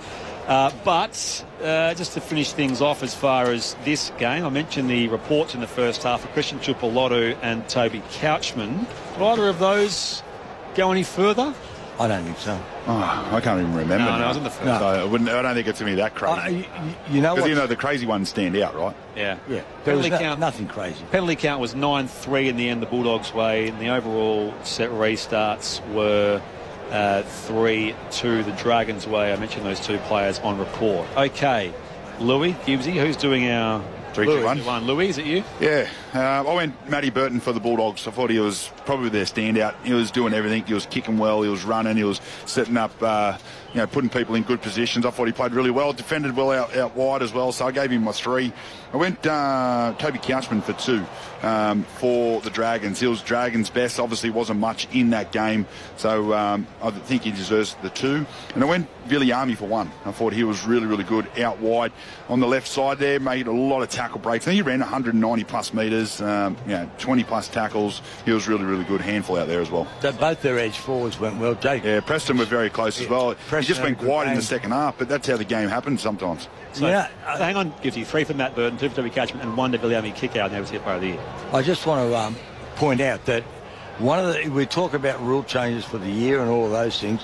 One of the things you're going to have to look out for this year is there's a lower threshold to what constitutes a strip now. So players are now going to get pinged, and we saw it. And I know that David Fairley has told all of the coaches that it's, if you're playing at the ball or you just have, whereas before it would have been deemed to be a loose carry, some of those now will be penalties. Just by the way, on matters happening elsewhere quickly, the Australians in their Women's One Day International against India in Hobart are 3 for 328 in the 42nd over.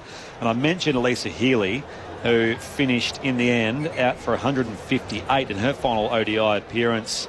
Currently Beth Mooney's on 68, Annabelle Sutherland on 23. You can find that. The run chase begins sort of after we're off air anyway, via ABC Listen, our trusty app. Just look for the pink cricket ball button. You'll also hear tonight via the Asian Cup button for the soccer, Matildas v Philippines over in Perth. So all of that to continue on with as well. 0467920222. A couple of people blowing up about the refereeing here. Jeff in Sunshine has Atkins man of the match for the Bulldogs. Look, at the end of the day, I do tire of ref bashing, because it all depends on your own biases, right? A couple have come here about that. Grant Atkins was the grand final referee last year, and I think he does a pretty good job the most part. So no ref is perfect, but anyway, I appreciate there's a lot of emotion after especially a finish such as that. The Bulldogs 15, the Dragons 14, and Luke Lewis gave 3 points Matt Burton, 2 to Toby Couchman and 1 to Viliami Kickow. From the gear steward from Kalinga, tick-tock goes the clock, but Captain Crichton steps up.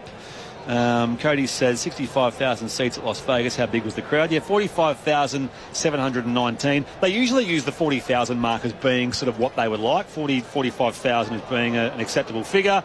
And that was, in fact, a record crowd figure for the NRL event in Las Vegas this year. Cody, thank you for your text. Damo in Athens, Greece. Loved it when I said thunk it. Yes, I know I wouldn't usually use thunk it. Thank you, Damo. Thought to share, Sprigley, have a great season all. Thank you, Damo, for your text. And for those of you that have sent more text in, thank you for that. Where was that? Andrew in Tamworth says rubbish penalty at the end against the Dragons. Thank you, Andrew. Nathan from Townsville says Belly is a flog. Again, not referring to Grant Bell, but another Belly who said that Cowboys fans are big whingers. I assume that includes Nathan. Thank you, Nathan, for your text. Good, bad or indifferent. 0467 920 222.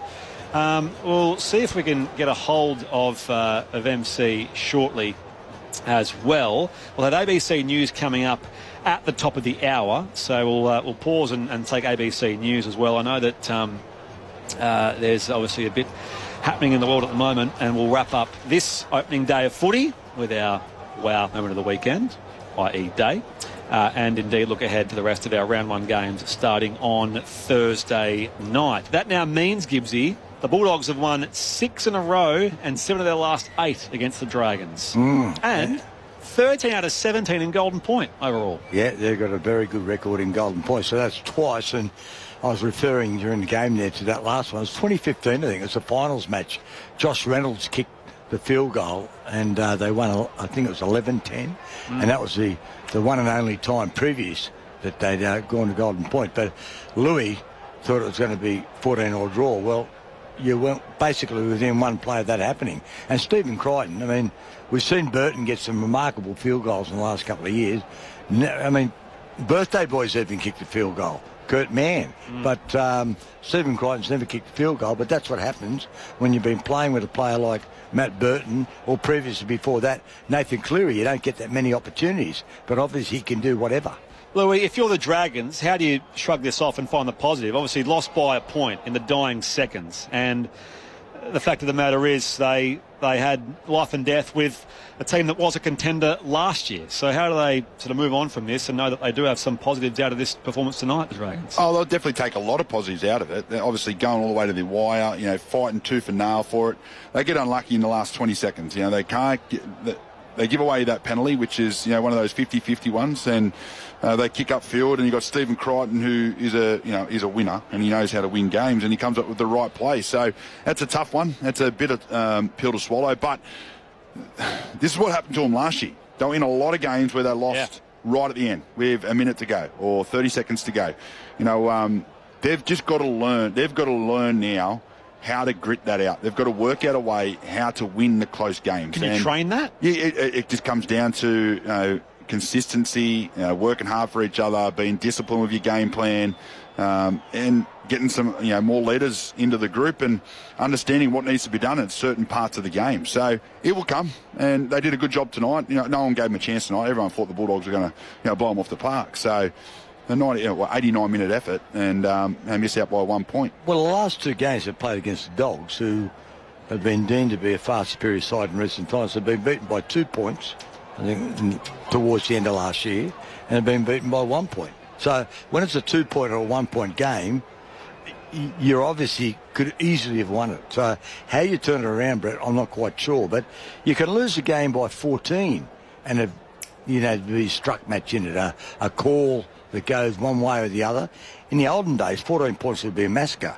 But nowadays, 14 points can be a really close game, 1 or 2 calls that goes a particular way. So against the Bulldogs, their last 2 games, 2 points on 1 point. They'll be kicking themselves. Louis, you were keen to see how the halves combination of Flanagan and Atkinson unfolded. I'll ask the halfback, though, firstly, among us, Gibbsy. How did you think that combination worked for I think they went quite well. They didn't really interact with each other. And that's the way things happen nowadays. But I thought Daniel Atkinson took over the bulk of the kicking, whereas Kyle Flanagan used to be their main kicker. Yeah. Daniel Atkinson did most of the kicking. That's obviously a preconceived plan. I thought Kyle Flanagan came up with some tough work, some really good defence at the end, and Atkinson looked dangerous. I mean, they were the best defensive side in the competition last year, the Bulldogs, so they're hard to break down. I think it was an adequate start for those halves. Yeah. What did you reckon, Louis? Look, I think it's going to take a bit of time for them to understand. For me, Daniel Atkinson is a runner. He's actually a really good ball runner. He likes to play, off-the-cuff type of football. I felt tonight he was out there trying to direct and make sure that they got through their game plan. He kicked well. They put him in the corners, and I don't think he can do both. I don't think he can sit there and run a team and then also worry about, I want to do this or I want to come outside of the game plan. So it's a different type of game for Daniel. I think it's going to take a bit of time for him to find his feet there, but I think he did a good job. He defended well. He kicked really, really well, and I thought his leadership out there was great. But now it's just going to find that happy medium. He's got to find the balance to be able to lead the team, also how to throw his best game into that as well. Your texts welcome throughout the last half hour of our program, our day's coverage here on ABC Sport. ABC News coming up shortly.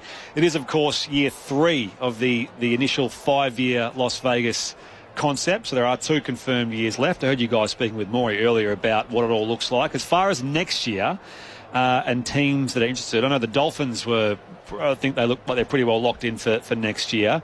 The Tigers were keen for 2027, as are the Gold Coast Titans.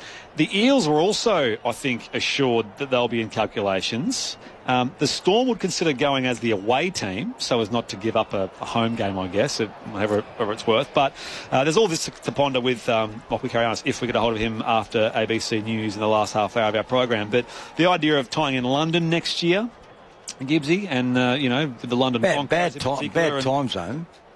Yeah, but they might. You could do a game in London, say now, on a Sunday, and it would be okay in a prime time-ish slot for footy fans in Australia? I suppose so. They can work it out, I suppose. And they've spoken about these Japan, Hong Kong, possible Abu Dhabi or Dubai. I don't mind the idea, and looking bold. And I don't know whether it's necessary though. I think this is working well, and it shows you that all of the players. That's the incredible thing, that all of the players want to be involved. They want to be part of the Vegas experience because it is special. You can see they're excited. We'll chat to MC about this after ABC News. So he has confirmed his availability for us. He's been ensconced in the Dragons camp all week, and we'll hear his thoughts He's to blame. And the week overall. But it is, do we overthink this sometimes? We talk about the success of the Las Vegas thing and whether it has any real cut through to the North American sports market. But it is, if nothing else, just a fun, glamorous way to open the season for footy fans here in Australia and the ones that go make the trip. And I think it has a honeymoon effect, and it does for the players, and everyone wants to get involved. And you're always asking questions, and you certainly remember it. Yeah. We remember what happens in Vegas. There's only those 2 games. And does it not stay in Vegas, though?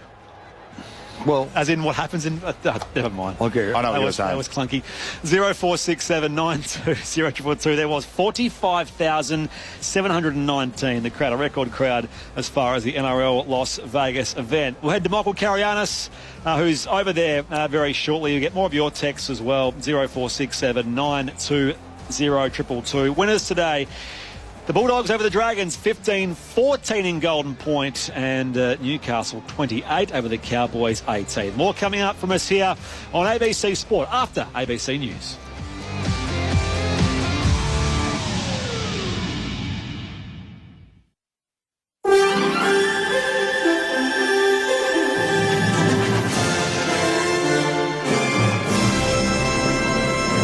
ABC News, I'm Clive Hansen. President Trump is warning Iran not to escalate counterattacks against US forces in the Middle East. He says if it does, America will strike with a force that's never been seen before. Nevertheless, Iran is already retaliating. There are reports of fires at multiple sites in Dubai, including the port and at a hotel. Iran's Revolutionary Guards has vowed what it's calling its most intense offensive operation against Israeli and American military bases, after state media confirmed that Supreme Leader Ayatollah Ali Khamenei had died. Israel, meanwhile, said it carried out another wave of strikes in Iran, targeting ballistic missiles and aerial defense systems. At an emergency session of the UN Security Council, Secretary General Antonio Guterres condemned the military strike by the US and Israel, as well as Iranian strikes on countries in the region. The BBC's Nada Tawfik is in New York. Washington's ambassador to the UN, Mike Walls, said President Trump had taken decisive and lawful action. But Tehran's ambassador, Amir Saeed Iravani, said the airstrikes were a clear act of aggression and a war crime that had killed and injured hundreds of Iranian civilians. And the council itself was, as usual, divided. France and the UK condemned Iran's attacks on Bahrain, the UAE, Kuwait, and others, but reiterated the need for a negotiated settlement on Tehran's nuclear program, while Russia and China criticized the US and Israel for attacking Iran. While here at home, Australia's Iranian community has assembled for celebration gatherings following the death of Iran's supreme leader. Malika Jahanam was among hundreds in Brisbane's city centre, waving flags, chanting and dancing. As Iranians in the diaspora and across the nations, we are incredibly happy for this day. We are over the moon, the fact that this dictatorship is over, that this dictator that took many, many lives of our people for the past 47 years is finally deep underground. The Prime Minister says the government's immediate focus is the safety of Australians in the Middle East. Here's National Affairs correspondent Jane Norman. Anthony Albanese convened a meeting of his National Security Committee this morning and says officials are working to determine if any Australians have been affected by the military offensive. Australians in the region are being urged to leave if it's safe to do so. But Mr Albanese says his government's ability to help those in Iran is restricted by the fact that Australia's embassy has been closed. Our ability to provide consular assistance in Iran is extremely limited. Mr Albanese says Australia supports the US and Israeli-led action, but it sidestepped questions about whether it was legal or justified. Well, the federal opposition broadly supports the government, but Green Senator David Shoebridge says Australia has a responsibility to call out breaches of international law. Anybody can see, who has the slightest understanding of international law, that this is an illegal attack by Israel and the United States. And international law doesn't enforce itself. International law needs players like Australia to back it in. One knock-on effect of the conflict is that most major Middle Eastern airports have closed, creating one of the most severe disruptions to global aviation in recent times. Dubai Airport was damaged during a retaliatory attack, causing all flights to be cancelled until further notice. Dean Long is from the Australian Travel Industry Association. 1.4 million Australians go through the Middle East, usually to get to Europe. The good news, it is low season, but we do know that there's 3,000 to 4,000 people stuck in different parts of their journey, whether that be in Europe trying to get home, the Middle East stranded, or Australia looking to move on. Every 12 hours, there's going to be another 3,000 Australians impacted by these changes. And he says, whatever you do, don't cancel your trip yourself, because that will limit your options. To other news, the Executive Council of Australian Jury has released a statement supporting the WA Muslim community following the indictment of a man on terrorism charges. 20-year-old Jason Michaels from WA's Wheatbelt is accused of plotting mass killings at mosques, as well as State Parliament and WA Police Headquarters. The council says Jews and Muslims must stand united against all forms of bigotry. And briefly, some of the biggest oil-producing countries, including Saudi Arabia, Russia and America, will meet in Japan in the coming hours for informal talks aimed at salvaging efforts towards a landmark global treaty on plastic pollution. More than 400 million tonnes of plastic are produced globally each year, half of it from single-use items. That's ABC News. 12 teams, 3 cities, 1 dream. Great touch on the edge of the box, right foot strike, it scores! Unbelievable! ABC Listen, your home of the AFC Women's Asian Cup Australia 2026. Dribbles to the edge of the area, strikes! Oh, it's in! What a wonderful goal! One match live every day. Every Matildas game, every final. On ABC Listen. Just look for the green and gold Asian Cup button. The 2026 NRL Premiership. On your radio, ABC Sport Digital Radio. And ABC Listen. And welcome back to ABC Rugby League here on the opening day of season 2026. We are in the boardroom. Brett Sprigg alongside Luke Lewis and John Gibbs, having witnessed across the day, alongside Andrew Moore, of course, 2 results, a tight one. The Bulldogs winning in Golden Point against St George Illawarra 15-14 with just a few seconds left on the clock in the 89th minute. And Stephen Crichton, the hero for the Bulldogs, and earlier Newcastle 28. Beat the North Queensland Cowboys 18. But let's head back live to Sin City to our man who's been hard at work on Fox and, of course, for the Daily and Sunday Telegraph, Michael Carayanis. Good morning again. Hello, MC. Hello, boys. Wow, what a finish to that game. I'm actually standing on the field at the moment as I come across there. But it was, frantic, drama, lots of controversy, but what a start to the season. Well, what about that game, firstly? I know you've been in amongst the Dragons camp through the week as well. We mentioned that they were competitive last year in some of these scenarios, and ultimately for them to fall ultimately short by just the barest of margins. What do you think that the Dragons' main takeaway is from this game, firstly?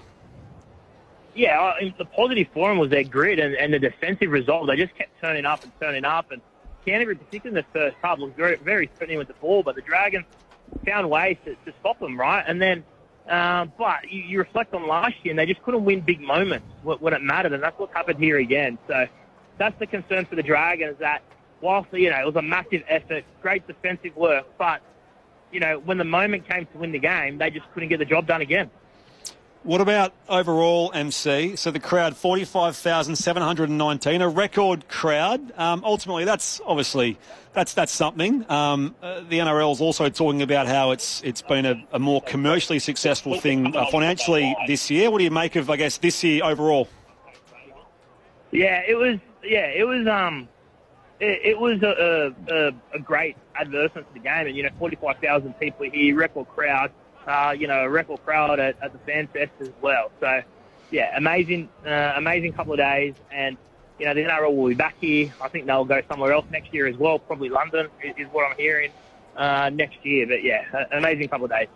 Michael, what are the teams, and you'd have your ear close to the ground there. We've heard some rumours, but what are your thoughts about the teams that are jockeying to be in Vegas next year? Yeah, well, I think you can lock in Parramatta. I think they'll be one. Melbourne, Gold Coast, and then either the Dolphins or Tigers is probably where it's at. Okay. Well, what about MC? You mentioned, how the atmosphere is amazing. How imperative is the English contingent? Because everyone says that those fans are the ones that actually, they're the loudest. They bring the atmosphere the most, really. And obviously we saw that from the whole KR and Leeds Rhinos fans as well. Yeah, they're huge. They bring some real character. They sing. They wear their colours. And, they probably brought about 10,000 people, so it's huge. All right. What are your plans tonight, MC? Have to do a cross now for Foss and then lay low, boys. You know me. Yeah.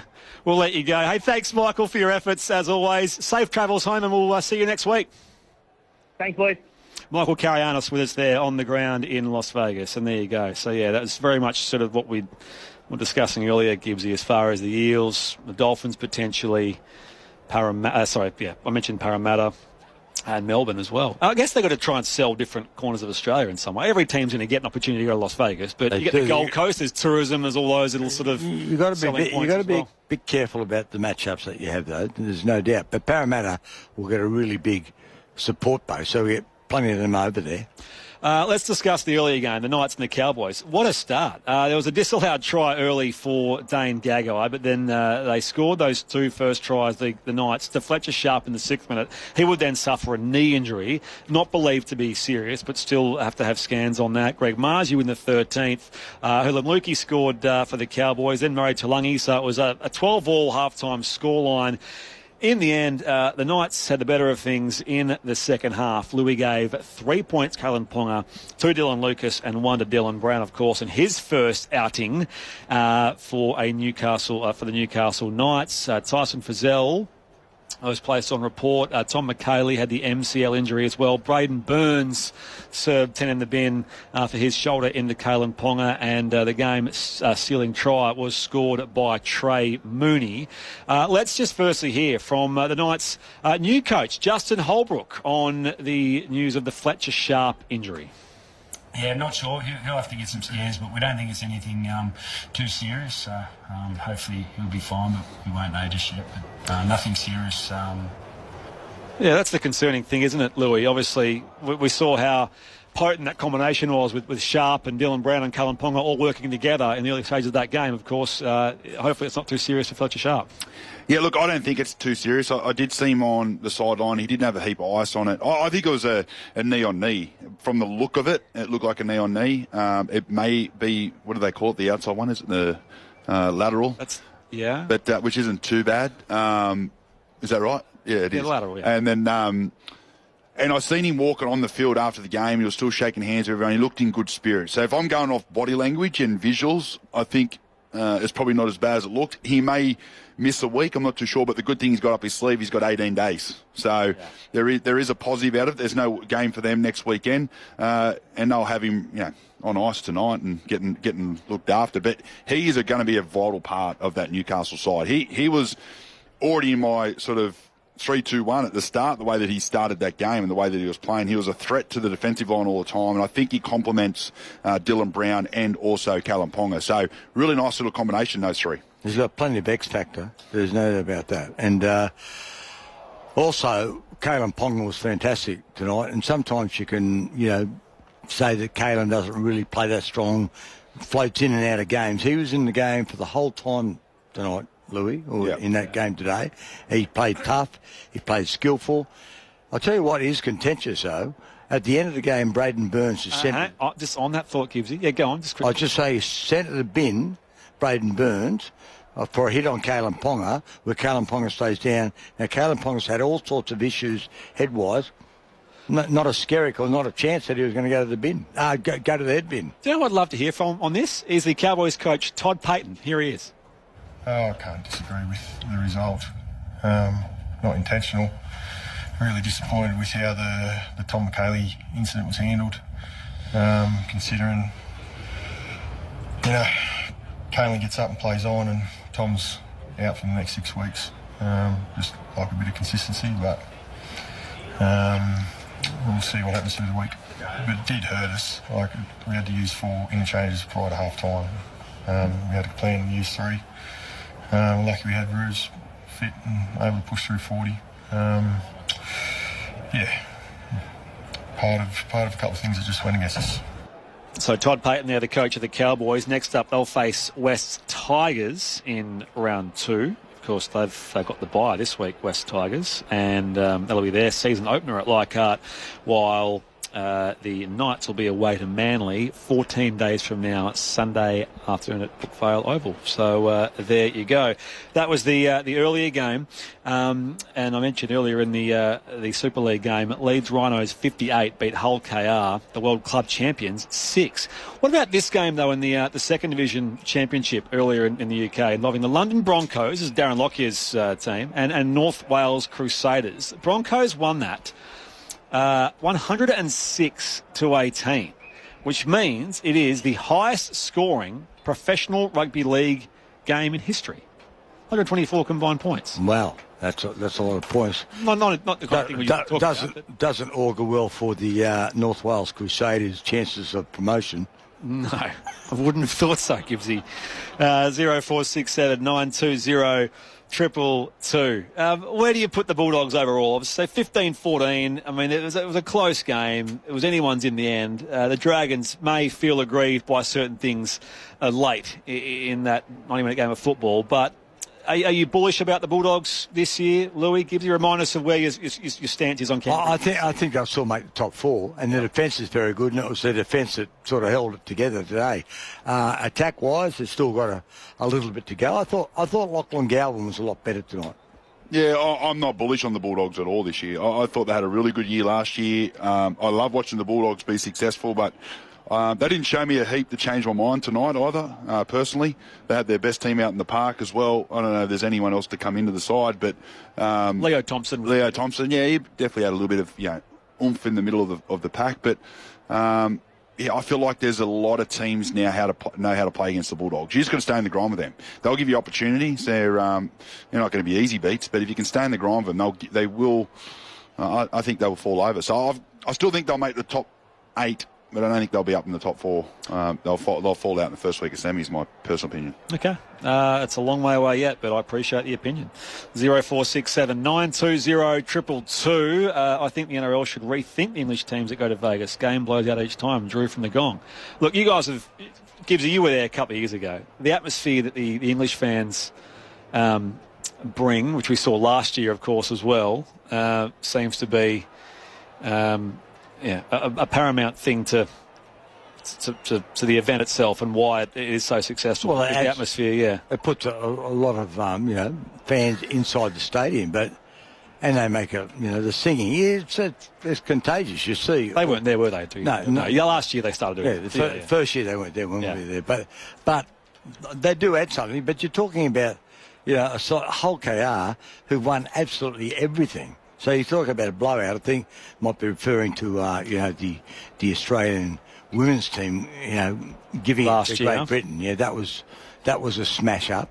But today was a smash up. Yeah, today was a smash up. But what I'm saying is you wouldn't have thought that's going to happen because Hull KR had won everything, including a couple of weeks ago beating Brisbane in the World Club Challenge. Well, so Sean in Swansea says, good call, great to see the Knights get off to a good start. Wondering what's your thoughts on why the World Club Challenge only the other day was not played in Vegas? I mean, it's a very home-ground advantage to the English teams. I'm sure it would be a good promotion for the game as well. Well, let's not forget, I mean, didn't St Helens beat Penrith here? It alternates. They usually will play it. Yes. They played them here as well. St Helens beat Penrith here. It's not like it's only English. By point, that was Lewis Dodd got him a $600,000 contract. Gee, I like the idea of having. So you got the 2 games today, and then having the World Club Challenge. Okay, but it's too close to the season, isn't it? That's the problem, right? So it's a tough one there as well. Thank you for your texts as they keep coming through. 0467 920 222. Thank you, Ants from Levine. Jimmy says, bring back the draw and break up the logjam of teams in the same amount of points later on in the season. Let's have a little golden point debate again. Yeah, but that's been spoken about. And I think it was brought up this year, wasn't it, about bringing back the draw. I like the draw because they're going to walk out of that game and one team still walks away with 1 point. I think for what they did, what they dished up and how much effort they went through, I like the idea of it. But at the end of the year, I'd rather just have the teams who will win and not the teams who haven't drawn. So it's a tough one. It's a tough one, but I like the idea of getting a point for the effort you put in. What frustrates me, Louis, is you can still end up with a draw. So we went within 10 seconds tonight of still having a draw. Yeah. And we're not going to change it, though. So it's going to remain as it is. So it's a moot argument. It's a moot argument. Before we get on to next week's games, let's get to our wow moment of the last 5 hours. Wow. Oh, that was crazy. Connor Watson back for another year. Yes, our wow moment of the weekend, which of course usually encompasses a whole lot of games. Just the 2 games today on the opening day of the season. Luke Lewis, what was your wow moment? You got me into it. I'm going to say the... you got me. Why do you have to throw me under the bus straight away? Well, I'm going to go. Gibbs, you go first. You'll have 5 of them. I'm glad I'm going first now because Stephen Crichton, it's a no-brainer. Nah. He'll be on Vegas. He'll be on stage as a backup. But Louis going a non-obvious thing, which is good. He's actually having some thought about it. No, he's already I'm going to go set 2-2. Oh, you're kidding me. Set 2-2's first try. The nice little tap back from Gutherson to find Val Holmes. Set 2-2's try. Okay. You stole mine. I'll say Fletcher Sharp's opening try in the first game because I think Knights fans feel even just in that passage of play would feel like things are very positive or moving in the right direction. You know what though? It is a lot harder to come up with from 2 games. Wow moment in 2 games. Usually we have a whole weekend, so it won't be that on the fence. Well, I reckon if we went to the poker room tonight, Louis, at one of those Caesar's Palace or somewhere, my Stephen Crichton would up your set 2. Well, he had to pick one. I like the set 2 one. That was really good, Louis. Thank you for both showing your wow moments across the weekend or day. But see, Gibbsy too only put it in the very last play because that's all he can remember, the last play. We're off in a few minutes. Next week, round 1 continues. Thursday night, Storm v Parramatta. Might not be the biggest battle these clubs have in the coming weeks with the whole Zach Lomax saga, but Storm v Para. On Thursday, of course, the Storm will be heavily favoured there, Gibbsy. Yeah, well, they just win every first round game under Craig Bellamy. They never lose. So, and they beat them by 50 last year in round 1. I think they'll improve.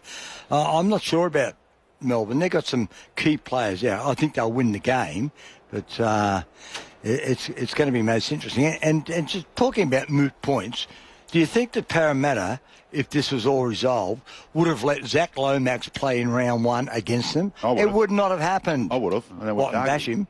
Yeah, well, left your team. That's what I'd do. All right. Of course it would. Friday, Warriors v Roosters. Of course, the Tricolours affirmed as one of the premiership favourites. Heard you guys talking about your thoughts. We'll get to a few of those in a sec. The late game Friday, Broncos v Panthers. Big game of some premiership contenders potentially.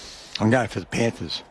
Yeah. Particularly Nathan Cleary's been cleared to play. You know what I'm like on that one. Yep. I don't tip against Penrith or the Sharks, so unless it's a Sharks-Penrith game. I think you'd tip the Sharks anyway against the Titans on Saturday, Louis. Josh Hannay, it's his first assignment. Gibbs, you were bullish on the Titans. Louis was not so optimistic about the Gold Coast club this year. I wasn't so bullish about them. I think they'll go better. Okay. Saturday, 7:30, Manly v Canberra. Jamal Fogarty against his old side first up. And, of course, the DCE-less Sea Eagles. I heard you both weren't too enamoured by the Sea Eagles in your traffic light game earlier. So, there you go. Sunday, Dolphins v South. Already the Rabbitohs have a bit of an injury crisis, don't they, in this pre-season. The Dolphins also had a bad injury run in 2025, and they meet each other in what's becoming a bit of a tradition now with the first game of the season. And speaking of traditions, West Tigers have the bye in round 1 as well. So that's how the rest of the weekend's footy looks like. Other things that are on today or tonight. Coming up shortly on ABC Sport Digital, the Matildas v Philippines as the Asian Cup gets underway. A reminder, we'll have one game every day, including every Matildas game and every final. I'm doing China and Bangladesh on Tuesday. Can't wait for that. But you can find all of that via ABC Listen. Just look for the green and gold Asian Cup button. Speaking of green and gold, our Aussie women's cricket team have their series with India ongoing. The last ODI is happening as we speak, with the run chase to get underway very shortly. That's the pink button via ABC Listen. The test match, which concludes that multi-format series, starts on Friday in Perth, so that will be the final international cricket of the summer. Of course, there's the footy. NRL Round 1 continues on Thursday night in Melbourne, and the AFL season, if you are so inclined, that all starts on Thursday as well in Sydney. So it's a nice little inverse there of the major codes and who's playing where this Thursday night. But we will have so much live sport to bring you. And don't forget NRL Monday, tomorrow night with Andrew Moore and the co-host tomorrow night's Matthew Elliott. You can either hear that live from 6:30pm Eastern Daylight Time tomorrow, or catch up by the ABC NRL Daily podcast feed. Thank you, Gibbsy. Thank you, Louis. Thank you. See you next week. Not you, Gibbsy. You're off, aren't you? Good night. I'm just having a little golf trip, and I'll spend some time with my grandchild. Hit him straight. Thanks, Pops. Hit him well. That's the golf balls, not the grandchild. Just make sure you're very gentle with the day's old grandchild. Always. Thank you, Gibbsy. Louis, we'll see you. Dennis Carnahan, our tech, and Terrell Tucker. Great to have you back on board in season 2026. And, of course, to you out there, most importantly, for your company as well. The highlights of 2 exhilarating games in Las Vegas as our NRL season 2026 is officially underway. Here's how it sounded. Last tackle, Newcastle. No score after 6 minutes. The kick from Ponga, 22 metres out. Charging through is Fletcher Sharp. He's great in the air. He takes it, and does he get the ball down? Great effort defensively by Marnie, but he can't stop the Pappenhausen lookalike. Fletcher Sharp's over to score. 6 minutes 20 gone. Newcastle, first points of the 2026 season. Last tackle with Gagai, dummy half. Goes left, Dylan Brown, the kick from 15 out. Crossfield, but very shallow. The ball ricochets back to Fletcher Sharp. He got the pass away to Marju for the goal line. Through Dearden, he's over. Can he get it down, Marju? He has. Try to the Knights. They are all over the Cowboys, who are barely competitive. 13 minutes, 15 gone. Try to Marju on the last from the Dylan Brown kick. 2 metres out from the goal line. Dummy half Marnie. Gets it away, delayed ball to Dearden. Away to Lukey! He beats Fletcher Sharp, beats Dylan Lucas, and he's over to score. So the Knights are in after McEwen gave away the penalty, and it's a try to the Cowboys against the Knights. The Knights have let the try in. Newcastle 12, North Queensland 4. Last tackle. Play to Marnie, goes left to Clifford. Then away McIntyre, flick pass away, got it to the winger Murray Tuolangi, and that's a brilliant pass by McIntyre. Tuolangi's over to score, and the Cowboys have hit back and how. 9 minutes 50 left first half. They go left to right, Kroger, Frizzell, Brown. Then he links up with McEwen, who slips and falls over. Got off the deck, passes the ball back to Frizzell. He's up to halfway, one-hand wrap-around ball to Crossland, goes to the left to Smith. Back on the inside, Ponga. He's past McIntyre, drew his man offload to the best. Oh, what a try. Game 1 of the season, that'll be hard to beat. Bradman Best finishes it off for the Knights. Tyson Frizzell take a bow. 12 out from the Cowboys line. Crossland goes right to Ponga.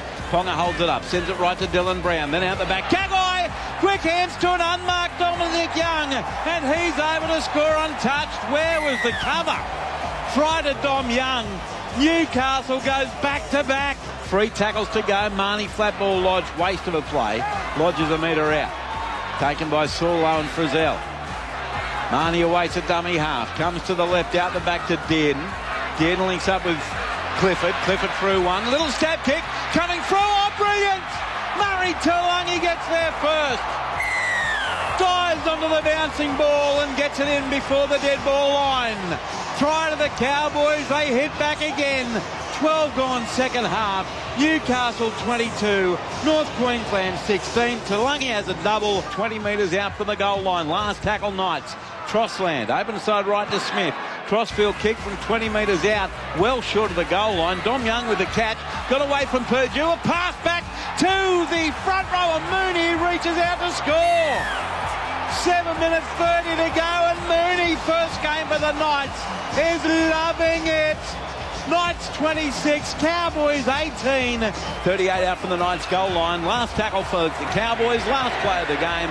And Dearden sends it skyward 38 metres out to the wing of Dom Young. He loses the ball, recovered by Kalen Ponga. And Ponga just hits the deck And O'Donnell puts two hands on him, and that's it. Newcastle's won. Great start to the year for the Wooden Spooners of 2025.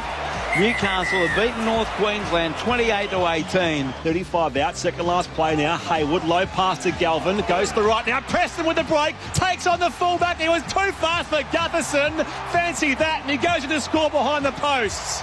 First try of the game to Jacob Preston and the Bulldogs. 4-2, kick to come, Doggies. And he gets stopped now, fipping out in front of the posts. Cook directs it right-hand side to Flanagan.